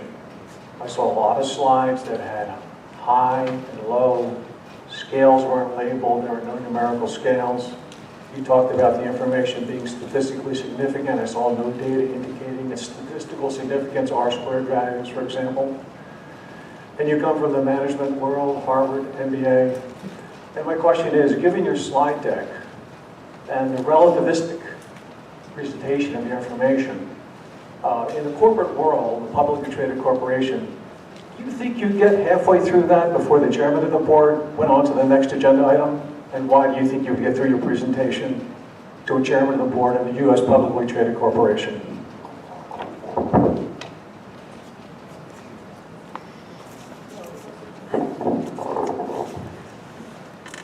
So sometimes I present to an academic audience, and sometimes I present to an audience of educators. And most of the time, if I present a lot of statistics to a group of non-academics, their eyes gloss over. Now, half those slides did have the p-values, the standard deviations. They were on the bottom. Maybe you didn't see them. I saw them. And I'm looking for R-squared values. if you would like the actual papers that they come from, shoot me a note and I will send you the papers. If you're questioning the value of the research, then you've got to ask, why are these all published in peer-reviewed top journals? Why did they get awards for best papers? Why did I get an award for the best researcher? Why is Harvard publishing my book? So, if you like the actual papers, that's fine. But the fact that I didn't put the R-squared on every slide... Or scale your slides. Point of order, we are not engaging in debate. Is there another community member that has a question specific to Dr. Rubenstein's presentation at this time?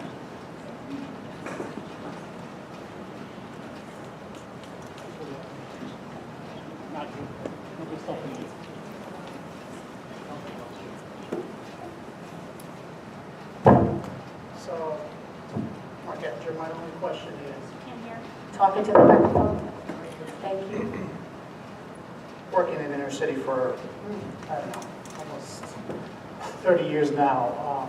One of the things that I've seen in education is the parents of children not being engaged. Does your studies take that into effect?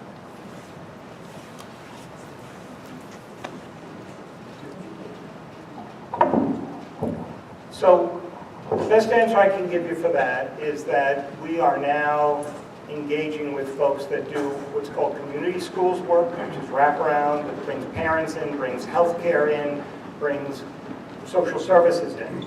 And so, in the future, that will be a key piece of this work. Up until now, the parents have been involved, as I said before, mostly through school boards. But as we have pivoted towards more of the urban inner city schools in the state, it's clear to me that we need to get more involvement, and we'll be doing that through the Community Schools Project.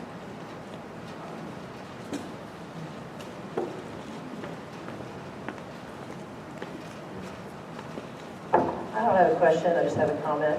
Thank you for coming here tonight, spending all this time explaining this to us. I am vastly impressed. I had no idea that this was international, that we were known all over the world. I think it's incredibly cool.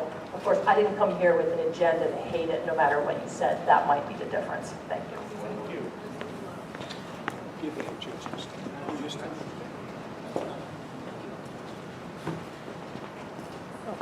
Go ahead. Ladies first. All right. I do have a question. I work in public education, and I know there's some research recently that talks about the value of collective teacher efficacy on student achievement, you know, the belief that the teachers make a difference. And have you are you going to, I think that's pretty new research, so are you going to be looking at that in terms of this collaboration or as a piece of it? Or, you know, is that something you're interested in looking at in the future? Thank you for your presentation. Yeah. So one of the slides, and we went through them quickly, it actually deals with teacher efficacy. It's one of the areas that we see is critical for establishing a collaborative culture, and so we measure that in our survey. And you're absolutely right, that the greater the collaboration, the more teachers feel they themselves and their colleagues are effective. And so that's part of the published work as well.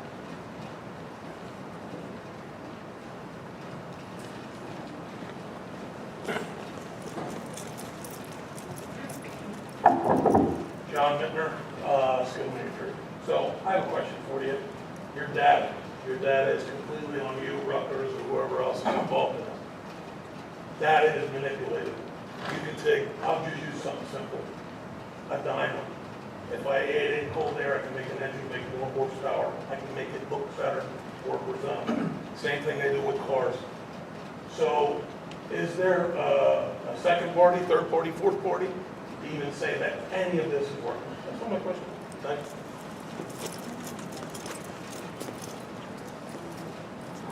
So to do any research for Rutgers, you have to go through an internal review board that checks your data, that checks your methods. All of this work was done in a collaboration between Rutgers and Cornell University. The reason it's Cornell is because my former student, who was from Montgomery, who now teaches at Cornell, just got tenure, John McCarthy, and I have been a partner in this work for the last 15 years. So it had to go through the Rutgers internal review board, it had to go through the Cornell internal review board, and then it goes through a review for every journal or book where they send it out to their own reviewers, their own experts, to judge whether in fact the research is valid. So it's not from one source, it's from 2 universities, it's from multiple publications, multiple publishers. And so the real question is, what do you believe? And what will it take to convince you that in fact the data is accurate? That's a rhetorical question. Point of order. We're not going to engage in debate at this time. Thank you, everyone, for submitting your questions. Thank you again, Dr. Rubenstein. Do you have one more? Yes, sir. Myself? Yes, sir. Thank you.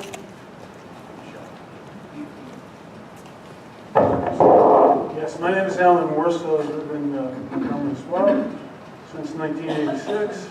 I'm just curious. I have a very simple question for you.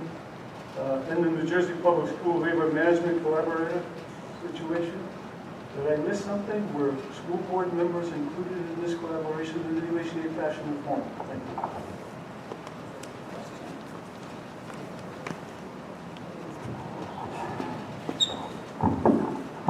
Thanks, Alan. I haven't seen you in a while. We used to sit out there together years ago. So yes, school board members are involved in multiple ways. The executive director of New Jersey School Boards, the present one and the former one, both endorsed this as official policy of New Jersey School Boards. Vince DeLucia, who is the educator in resident, has been involved in this in every meeting, in every way since 2013. We have networks of school board members from all the districts that meet together regularly. We have school board members who are facilitators who help to train the new school board members that are involved. We have school board members who attend every conference and present. And in several districts, Montgomery included, Metuchen, several other districts, school board members actually participate in various ways on the district leadership team. So the answer is yes. In many ways, from state level all the way down to district level, school boards are heavily involved in supporting this and in guiding it. And I think it's critical because the school boards have a vision of where the district needs to go, and that needs to be complemented with what's happening in the schools and in the classrooms. And so I think you have to have all those stakeholders involved.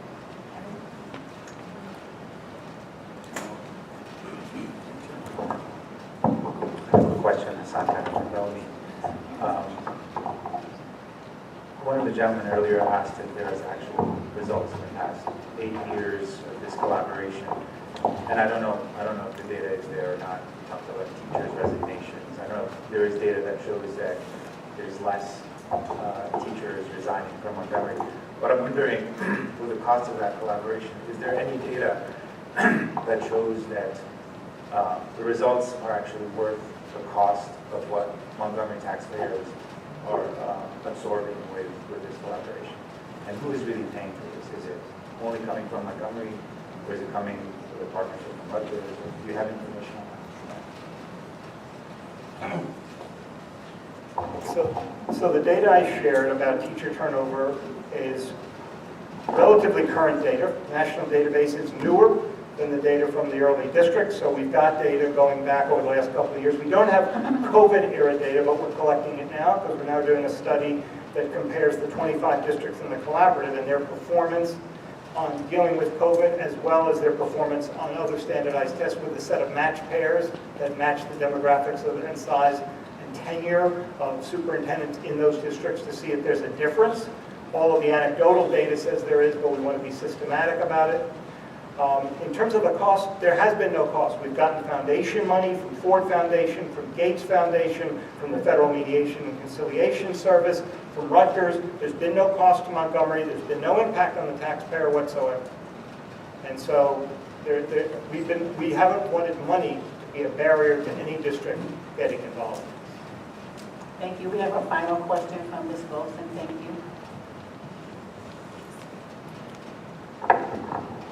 For allowing my question this long night. Thank you, Dr. Rubinstein, for your presentation. I'm hearing a lot of questions from my neighbors that express concern about a relationship with South Africa, and also questions that express concern about costs to our community. The work that I do, that I've been doing for nearly 20 years, say that nearly 20 years, is in a field called citizen diplomacy, which is a community-based effort to connect people across the world on issues of global importance but of global significance. It's in support of our nation's foreign policy goals. It's also in support of a common human cause to just better ourselves.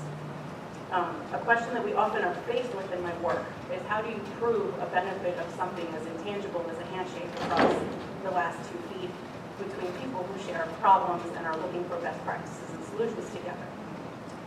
Something that we often turn to for people who really just want to see the dollar signs of the value of that work is to discuss the local economic impact of the delegation that is visiting the United States, especially in the case where they are self-funded or grant-funded. I imagine they bring their travel dollars, their lodging, their meals. Our lovely retail and cultural institutions also see their impact. So my question is, has there been, not by you I presume, but probably by the state of New Jersey perhaps, a measure of the economic benefit beyond the school system of these visits? And I also, as a parent, as a person, but really as a parent, I want my children and everyone who they're surrounded by and influenced by to have cross-cultural competencies that aren't necessarily measured in an R2 value, but are measured by the way that they live and their understanding of the world. So do you have qualitative data on the human value and impact of this work that speaks to the kind of children that we could raise when we help them to understand the world they're growing up in and what impact they can have? And something that inspired me was a quote by Nelson Mandela when he spoke at the conference of this teachers union upon one of the early years of its founding, where he said, multilateral bodies are involved in searching for lasting peace, good governance, and social stability. It's the responsibility of all in society to contribute to that quest and the creation of conditions of social stability. Teacher organizations are an important part of civil society and have a responsibility in that regard as well. So I wonder if the teachers that you're working with, the administrators, the boards, often feel connected to their sense of civic duty and civil society in their own community and worldwide when they're participating in these programs. Thank you.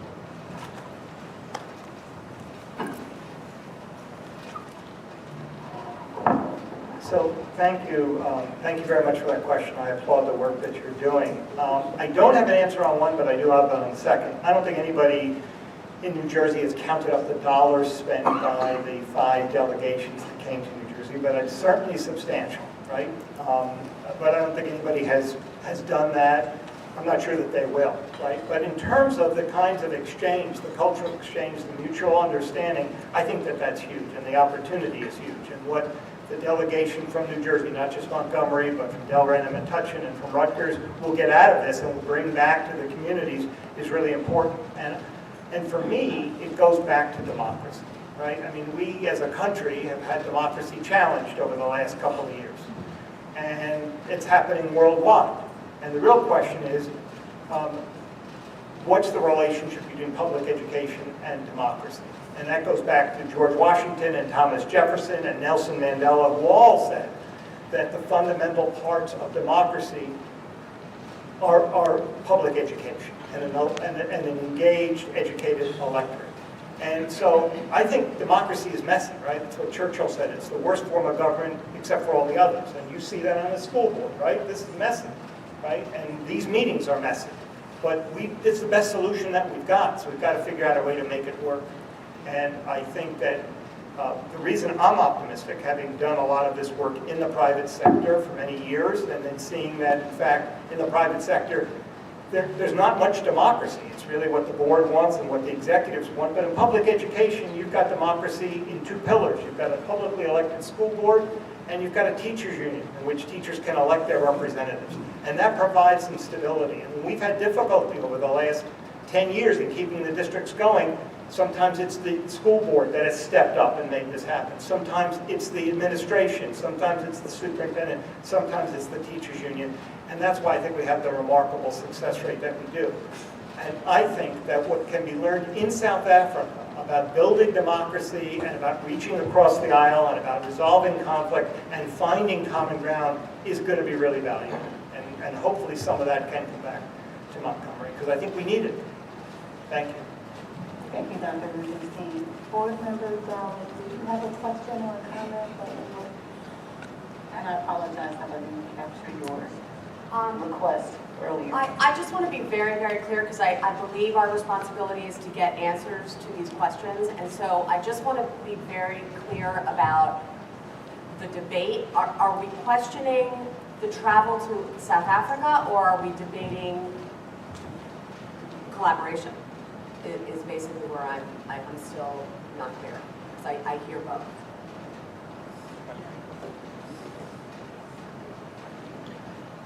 I can answer. The collaboration is great. I mean, we all see that even in private sector, when you work for any corporation, when you have a team that collaborates, you get better results. Right. So collaboration and peace about, between board members, school, union, teachers, students, parents, community, that's all how we actually get results. That absolutely is not being questioned. The question is why we selected a country that's run by corrupt government that has very high crime rate, and then we sending our teachers, our principals, our board president, and in my view, we're putting them at risk, and I don't see a benefit for what. So it's the travel to South. Yeah, we could do that. We could share those reflections and learnings over Zoom. I don't think we need to be physically present there. Thank you, Dr. Rubenstein. Thank you, board, for your discussion. At this time, we've reached the part of our agenda for board and public comment. Members of the public are allotted one opportunity to address the board regarding the action agenda or any other business for up to a maximum of 3 minutes during this period of the meeting. All comments or questions must be directed to the board president. The board president may need to refer an issue to the superintendent if the particular issue has not been handled through the appropriate chain of command within the school district before coming to the board for a response. We will do our very best to provide responses at the end of this session. Board Secretary Benanzi, please open public comment at this time. I love speaking. Good evening, everybody. Francine Pfeffer, 5 Mystic Drive, Skillman, New Jersey. I love speaking here. Congratulations to the new board members, and welcome back, everybody, for another year of being on the board. I appreciate that board members and the public... Excuse me, Ms. Brand, I just want to remind you to record your information in the book. Oh, the book isn't here. There's no book here. I don't see the book, so I'll do that when I'm finished. You can bring me the book. I know there was some concern at the beginning of this board meeting about curriculum and materials, and I appreciate that board members and the public might have concerns about the materials that are used in schools, the curriculum we adopt, the textbooks that we have in schools. But as I heard in the Code of Ethics that board member Franco Herman read and your attorney Michael Fogarty repeated, you are not administering the schools. Board members don't administer the schools. They also aren't teaching in the schools. And as an educator myself, I strongly believe that while parents and community members may believe they know better than what teachers and principals and supervisors do, they really aren't educators. And so I ask that the board remember always trust your educators. They were hired for a reason, they know what they're doing, and they're skilled. They wouldn't still be here if they weren't. And you have to trust that they are doing what's best for their children. And finally, I will finish with a very short comment to make. You know, when I taught high school, I was always looking for things to say on back to school night. And one of my colleagues always had the best story, best line, and I started using it. You know, you think you know what's going on in schools. Children come home and tell you what happens in schools, but as the colleague used to say to parents, listen, I'll make a deal with you. You won't believe everything that you hear from my classroom, and I won't believe everything that I hear about what goes on in your home. So just remember that one.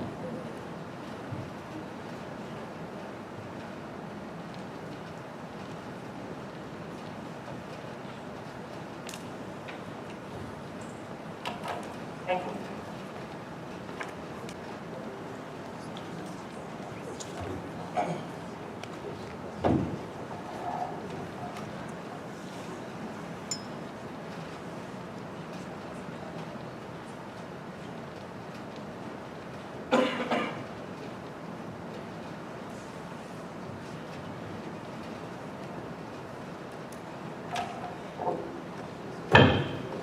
My name is Gabriel Zaiwa. I live in Rome.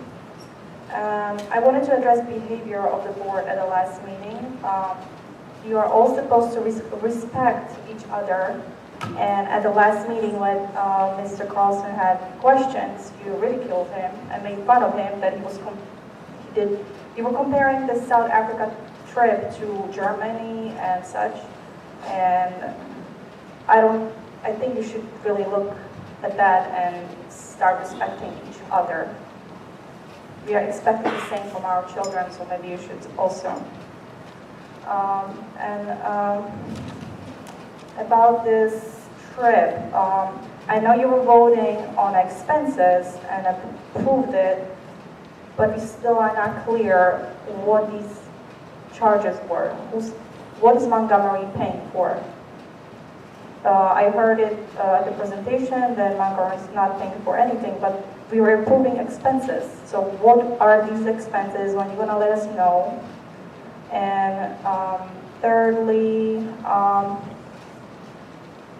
I emailed board and asked for any documents about the school hosting the educational content from South Africa on April 25th, and I was told there is nothing. So if the board is participating in these events, why is there nothing? Like, how do we know what you're actually doing? Thank you.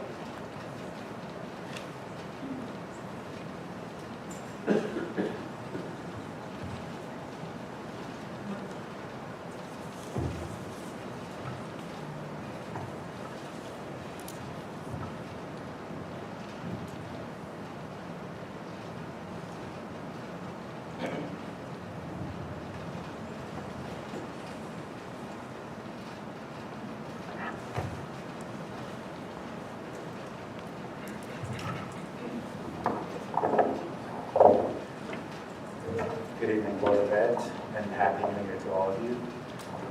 With the new year comes New Year's resolutions. It was great to listen to the board attorney. Just a reminder, Oh, sorry. name and address. Hassan Khatib from Belgium. With the new year comes New Year's resolutions. It was great to hear the board attorney present all the code of ethics that the board members need to adhere by. And one thing he said that I really appreciated, that it relates to me, is he mentioned the board is there to keep the administrators accountable. They are not there to administer the schools, but they are here to keep them accountable. And I think last year, we did not, and there were many occasions where we, the parents, did not see the board keeping administrators accountable, and specifically the MTEA accountable. It seems to me and maybe for some parents here, that the MTEA has a free pass, no accountability whatsoever. What came most closely to that, what we observed, is the June event at VES that I know you don't want to hear about, where the MTA did invite a known sex worker to come and talk to kids. Many parents were completely appalled by this and reached out to the board, reached out to the superintendent, asked for accountability, and there was none. We spoke with the MTA president, where he eventually acknowledged that they made a mistake. But when we asked for due diligence for how do they decide to invite any specific personality or individual to talk to the kids, he could not provide any answer and blamed it on NGEA. My question to you and to the board is, how do you hold administrators accountable? Is the MTEA president accountable to the board? Can they invite whomever they want, whenever they want, to talk to the little kids, elementary school kids, from which many parents here have kids that participate in those schools? I personally was very offended that the MTA was under the banner of diversity and equity, which I think is an insult to diversity and equity, to bring someone from the sex industry to talk to kids. Diversity and equity is not about bringing someone from that industry to talk to kids. It's about celebrating our differences, celebrating differences in culture, in background, in ethnic background, in race, and color, and so on and so forth. It is really not, even sexual orientation and gender, just to make sure that this is not, I'm not saying we should exclude that, but it's not about accepting individuals that work in the sex industry to come and talk to the kids. This was very insulting to parents, very insulting to the members of the community, and we did not see the board holding accountable those individuals that brought this event to the school.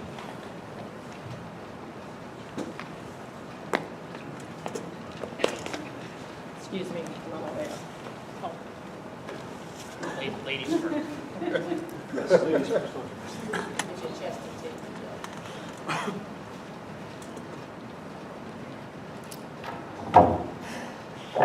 Just like all of you, really sorry to hearing about the drag queen show.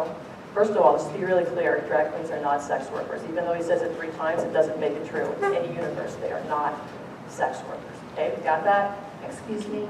Oh, sorry, Chris Newman Skillman. They have YouTube videos. There's YouTube videos. Point of order. Thank you.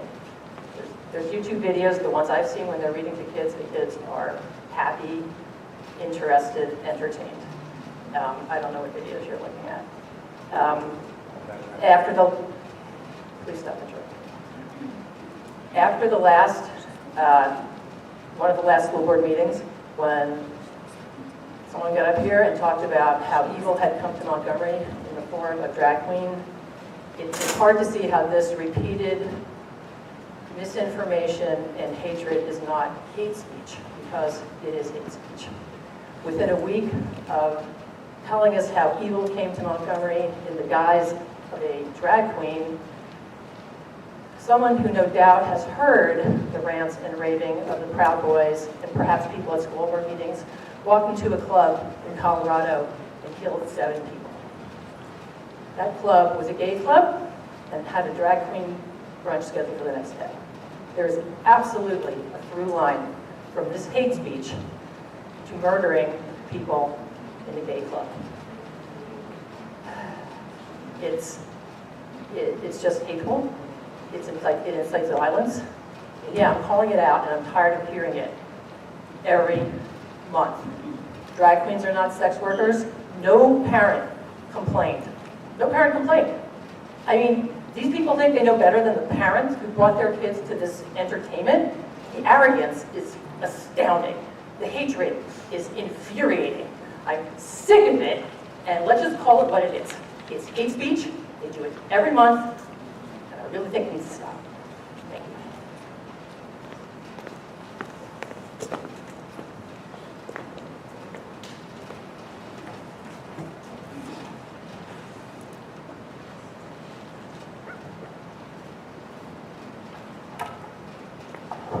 Jeff Grant, LMA, First of all, congratulations to the officers on your election, and congratulations to the new school board members, Anya, Michelle, Joanna. Wish you all the best. I am here to support you when you do good things and encourage other people to support you when you do good things. I appreciate the diversity in morality that we now have on the school board. And when you do bad things, or you conceal things from us, or you do evil things, hopefully that doesn't happen anymore.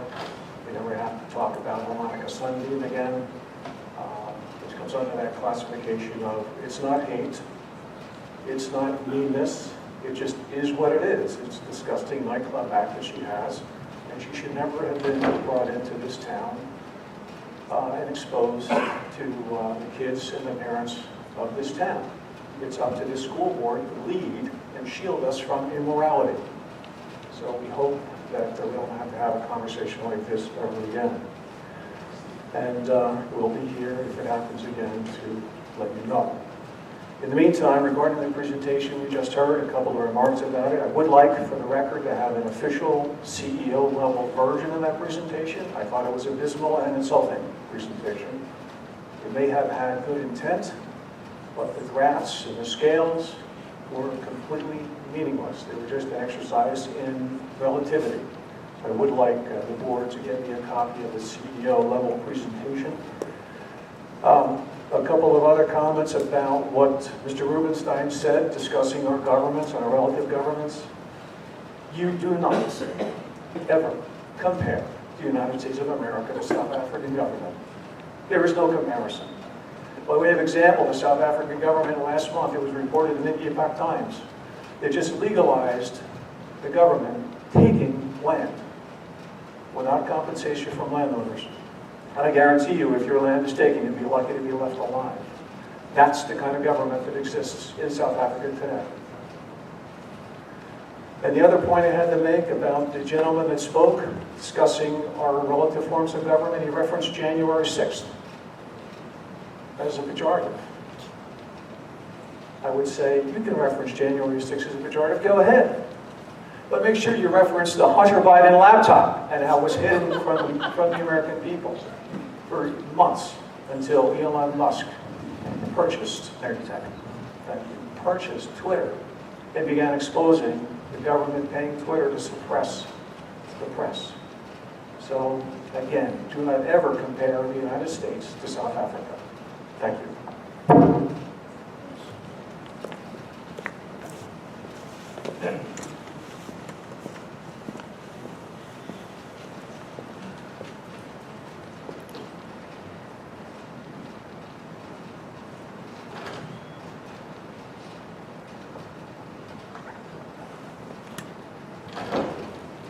My name is Charles Horn from Skilling, New Jersey. Janet Church couldn't be here, so she's asked me to ask a couple of questions to the board. If the purpose is to facilitate research for Rutgers and Cornell, why aren't these institutions covering the cost of the trip via the enormous endowments and research grants? Can you provide the names and contact information of the individuals you're working with at these institutions?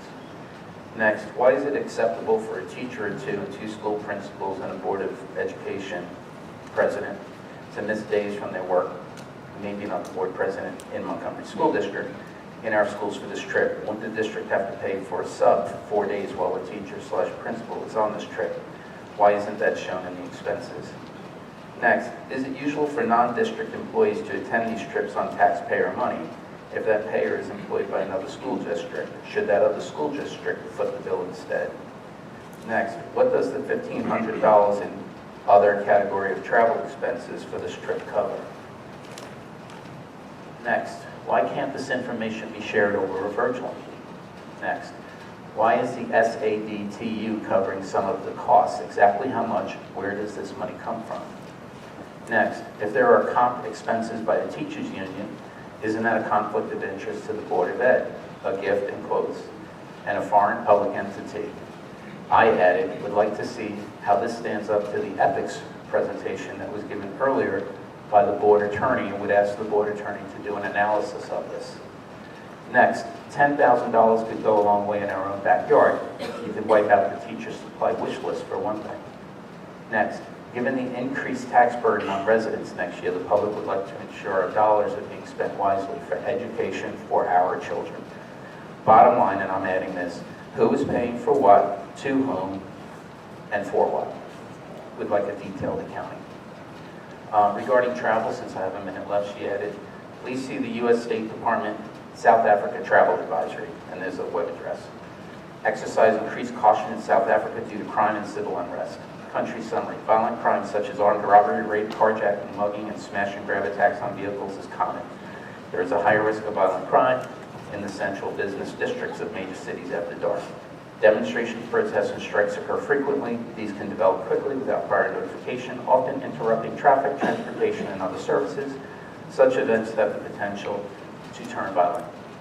Is there a liability for our district if something happens to the contingent while in South Africa? Does the district insurance cover this excursion? Given the information above, what can Montgomery students possibly have to gain from such a questionable entity for the fee of $10,000 and loss of time of district employees?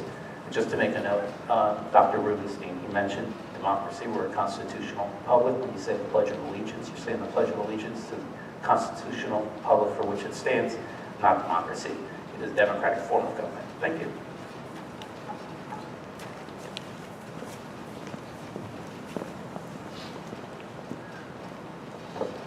My name is Matt Rosenthal from Delmead. Congratulations to the 3 new board members and to all of you this year taking on the work that you do. It's certainly not easy, and it's give you credit for the thoughtfulness and what you put into your volunteerism. I'd actually like to follow up on something that Charlie just said and that Ms. Felak brought up twice within the tonight's presentation, and that was how unsafe South Africa was. Charlie just read specifically what I have looked up. It's called this travel advisory, and it's on level 1, 2, 3, and 4. And South Africa does come under level 2. And every single thing he wrote, or he read, I should say, came right out of Google. But by the way, we also shouldn't send anybody to the United Kingdom. They're level 2. And I will read what it says. Exercise increased caution in the United Kingdom due to terrorism. Blah, blah, blah. Every single thing that was said about South Africa. You know what other country is level 2? Italy. Let's not send anybody to Italy either. Oh, wait. My 22-and-a-half-year-old daughter is in Italy right now. Maybe she shouldn't have gone. If this is what you're going to use as your cry for let's not send somebody somewhere, there's a lot of countries around the world that the United States has set up as level 2 terrorism. It's a lot of crap. So let's not hang our heads on what we can do, because I'm sure all of you would be okay if the conference was in England, the conference was in Italy. So let's not hold our heads on South Africa because they have the same level of terrorism as the other 2 countries. Thank you.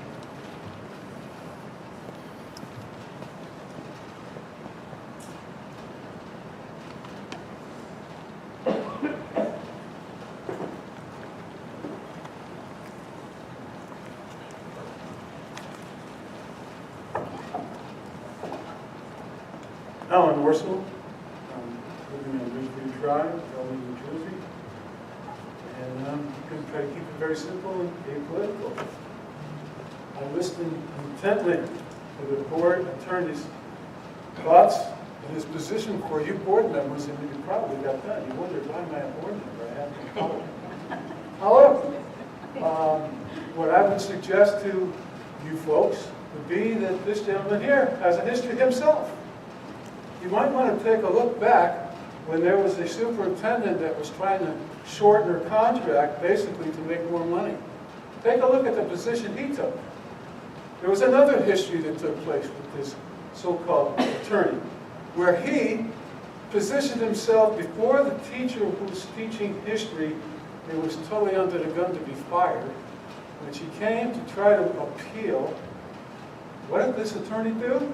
He stood up and basically almost said she was fired before she even had a chance to appeal herself. Okay? Go back and look at the tapes and see if I'm lying. Okay? Number 3, you should go back and you can ask Mr. Venezzi, excuse me, how there was a board member with the letters SD and how she was treated. Terribly. But she had to get her own attorney for situations that were really pretty ugly by you. Thank you.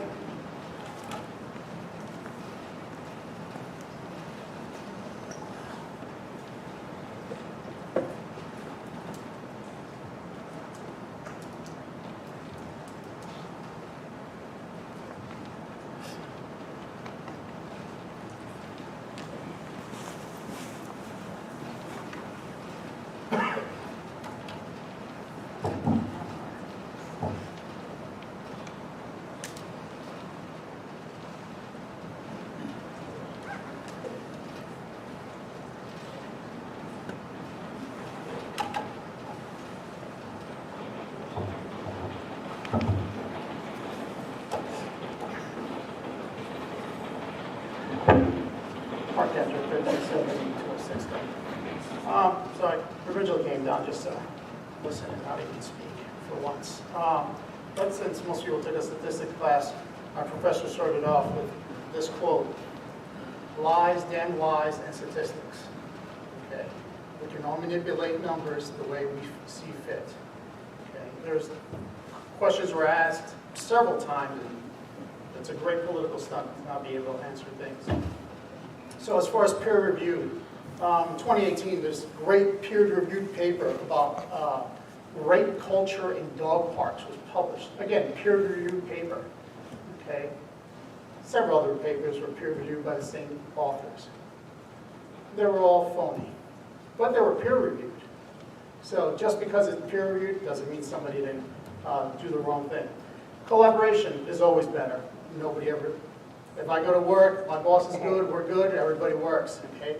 When parents are involved in their students, in their child's lives, it works great. Okay.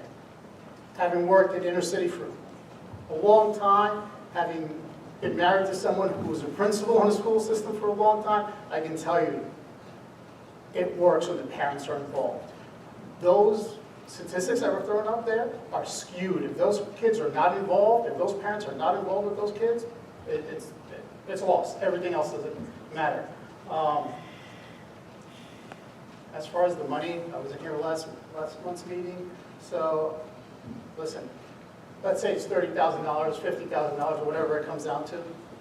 I think we can use that money here stateside, and we'll get a lot further if we're trying to meet the state mandates and actually do what we're out here to do, okay? And let me just say that I think bringing up Colorado, the person that did that identifies as non-binary. So this is not a right-wing issue or left-wing issue or bringing that political nonsense here. I care about my kids going to the school system. I care that I have to take time off to come to school to meeting because my son is unable to read. I care that he's given a ranking of a D, which is an independent reader, when he's actually a non-reader. I have to pay outside to have him tested twice to validate those results and to come to school and say, oh, well, we retested him. He's no longer a D, he's now a B. By the way, A is considered a non-reader. Why did you test him? There's something wrong here. Okay? So for somebody to come up here and say, oh, well, we did great even during COVID, yeah, no, I can tell you. And I'm not an outlier. There's a lot of parents here who are having the same issue. Thank you. Congratulations.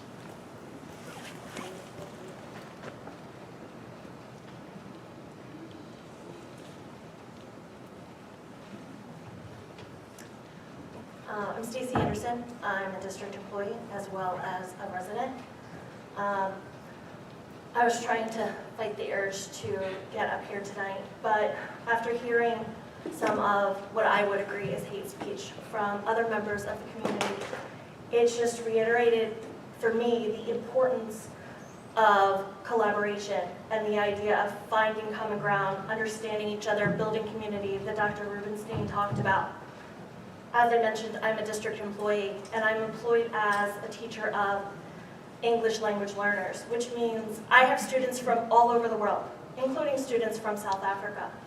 I have seen firsthand in our school buildings the benefit of working together and getting to know people from other countries, as well as how their education systems work. Not only have I seen that in my classroom, I recently finished my second master's degree in education, this one from Boston College, in global perspectives, teaching curriculum and learning environments, where I myself got to have classmates from all over the world, as well as professors all over the world.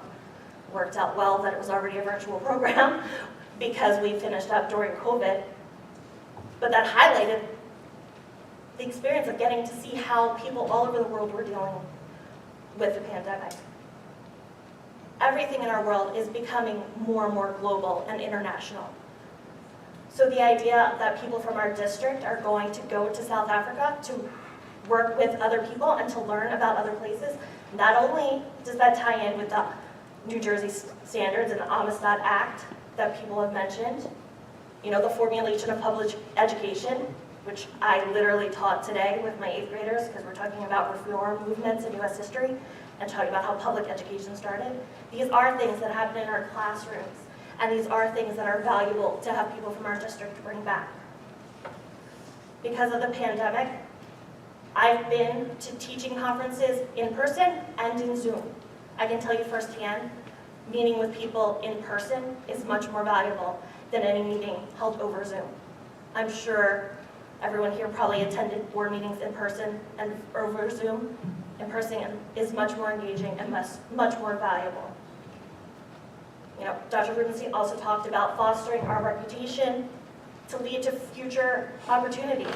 I think that's an amazing for our district to be one out of the whole country that gets to make these connections. 30 seconds. So, as both a parent and a community member and an educator, I just wanted to say that I think that the trip to South Africa has direct benefit, and a lot of direct benefit, to our community, district, and our students.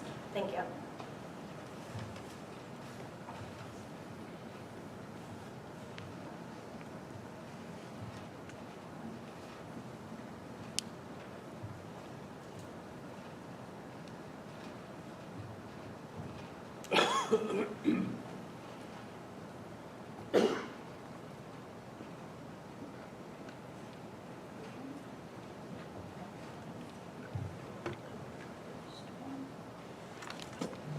Public comment is closed at this time. Thank you. I'd like to ask Superintendent McLaughlin to please respond to community members' questions that you're able to at this time. So there was a question about the costs that were approved at the December meeting. So the $1,500 is for airfare, and the district is paying for 2 airfare tickets, which is $3,000. Meals and incidentals, based on the government rate per day, for 3 people is is $336 times 3 people, which is $1,008. And then miles and parking at the airport for 3 people is $200 each, so $600. And I added that all up, and it's $4,646.54 maximum cost to the district.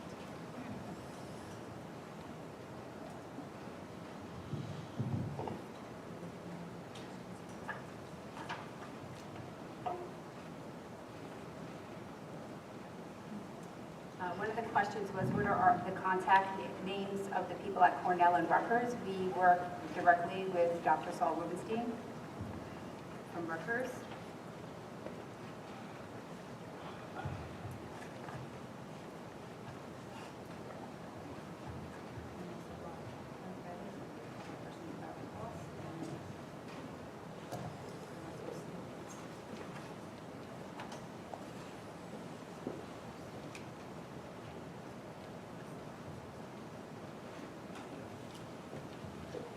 Okay, great, thank you. Thank you, Superintendent McLaughlin. So I remember engaging in a conversation with our board attorney at some point last year, and he shared some insight with regard to the drag queen story hour that we discussed during executive session as a Board of Education at that time. And he reminded us that we have a responsibility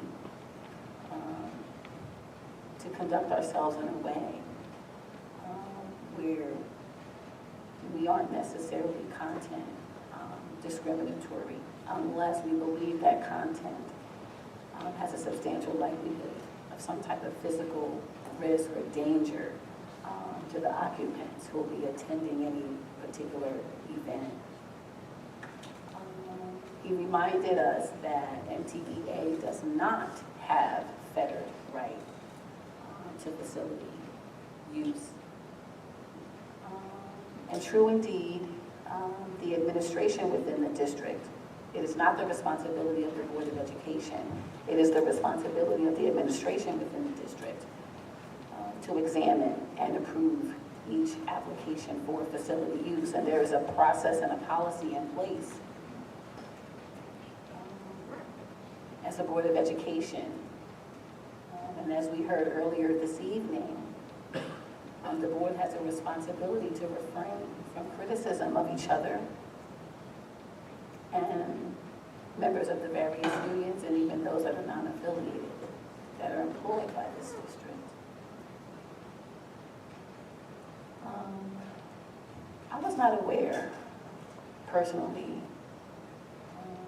of a drag queen story hour until it was a sponsored after school hours event by an organization, the MTEA, that adhered to the process within the district to obtain approval for that facility use. And I did my own research. I spoke with several parents and I shared their feedback and comments with the administration and with my board colleagues. And there's actually a website that one can visit on the public platform. It's a patented program, and they describe it as an art form. When I examined the website, at nowhere did I read any language that spoke to one's sexual orientation. It's my understanding, after speaking with the administration, and asking for their candor and honesty, that the event consisted of the invited guests to read a story from a book that was authored by a Montgomery resident. And then it was an activity or two around that literature. And that it took place within an hour or hour and a half. It has been subsequently reported that all of the participants, parents, and their children that attended this voluntary event, grades K through 4, have not submitted any complaint. And as a matter of fact, provided feedback to the MTEA and others, expressing their appreciation for the experience. So to reiterate, our board attorney, a part of his presentation on our responsibility as a board, it is not our responsibility to regulate the decisions that the administration find that is within reason and supports academic achievement, social and emotional learning, exposure to various types of constructs. And then finally, I would like to invite our board attorney to speak to not only the drag queen story hour, and hopefully we can reach a point of resolve with that topic so that we're not continually discussing it.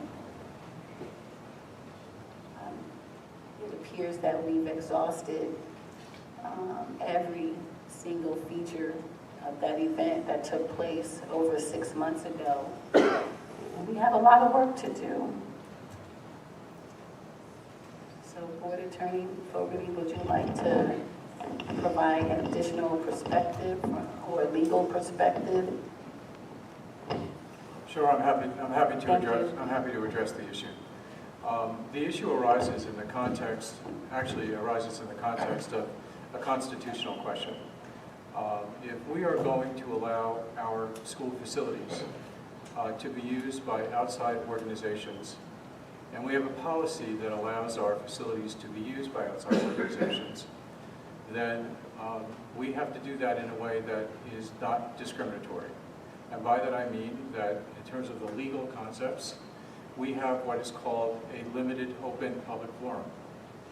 And if we have a limited open public forum that allows organizations to use our facilities, and those organizations conceitedly may be far less controversial than the activity that took place here, but our ability to deny their use of our facilities would have to be on the basis that it would cause a significant disruption that would result in the health and safety of the occupants being implicated.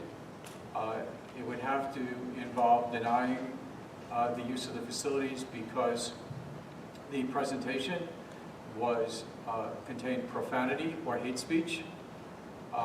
It would have to be because the use of the facilities would violate our board policy in terms of alcohol and smoking restrictions or those kinds of health and safety considerations. But the overarching principle is that we have a choice here. We can either close our facilities entirely to outside organizations, which you have the right to do as a board. You could adopt a policy that says no one uses our facilities outside of school, regardless of what that activity is, and then we have essentially negated a limited open public forum. And then this would never happen again. But keep in mind that no other organization then would be able to use your facilities. So the policy that you have now is a policy that is constitutionally defensible because it doesn't discriminate based on content. It only discriminates where there is a legitimate basis to deny the applicant the use of our facilities for the reasons that I have stated. So districts are faced with this issue all over the state, and I would suspect all over the country. We have to make a decision about that. And if our decision is that our facilities are going to be available for outside organizations, then we have to allow any organization that wants to use our facilities to make an application. That application, by the way, is not approved by the board, which is why board members may very well not have known about this activity until it became a heightened concern among some community members and was brought to the attention of the board. Because under the board's policy, the use of facilities is left to the business administrator and the superintendent, and they approve the use of those facilities unless it raises an issue with regard to the health and safety of either those attending the presentation or perhaps even those who might protest the presentation. And that is our choice here. Our choice here is to continue with the policy that we have and to make decisions based on health and safety, or to close our facilities to any outside organization, which would then also ensure that an activity like this would never take place. Thank you. And then finally, Mr. Horn, if you could provide a copy of that list of questions from Janet Church, because it was quite extensive, to provide the superintendent and/or myself to reply accordingly. So now at this time, the board will enter into executive session for confidential discussion on, I'm sorry? I was going to say that was in the board A lot of those questions were repeated, yeah. Some were repeated, there were some new questions, so I just asked Mr. Horn to provide a copy of that list, and he typically does when we ask. So thank you so much, Board Member Carlson. So now we are about to enter into executive session where the board will engage in confidential discussion on personnel matters, harassment, intimidation, and bullying, and the chief school administrator's contract. We plan to reconvene into public session in about anywhere from 45 minutes to an hour and a half where action will take place. So at this time, I'd like to ask for a motion to commence with executive session. So moved. Second. All in favor? Aye. Any opposed? Any abstentions? Thank you. We will now commence with executive session in the room to our far left, public.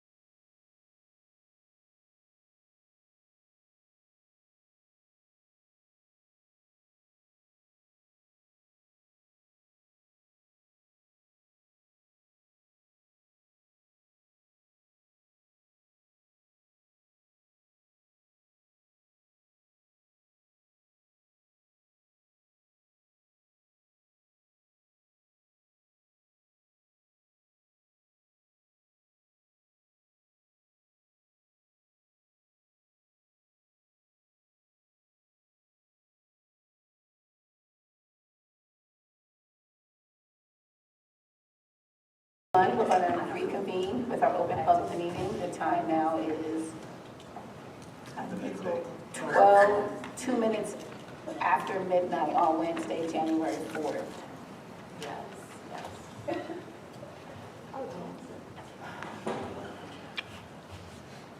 So I'd like a motion to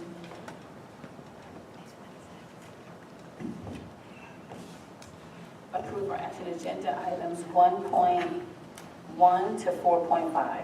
So moved. Second. Okay. Discussion?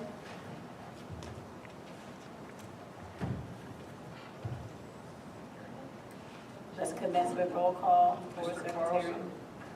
Yes. Ms. Dowden? Ms. Belak? Yes. Ms. Franco-Herman? Yes. Ms. Harris? Yes. Ms. Speakman? Yes. Mr. Todd? Yes. Ms. Woolley-Jernigan? Yes. Dr. Spence-Wallace? Yes.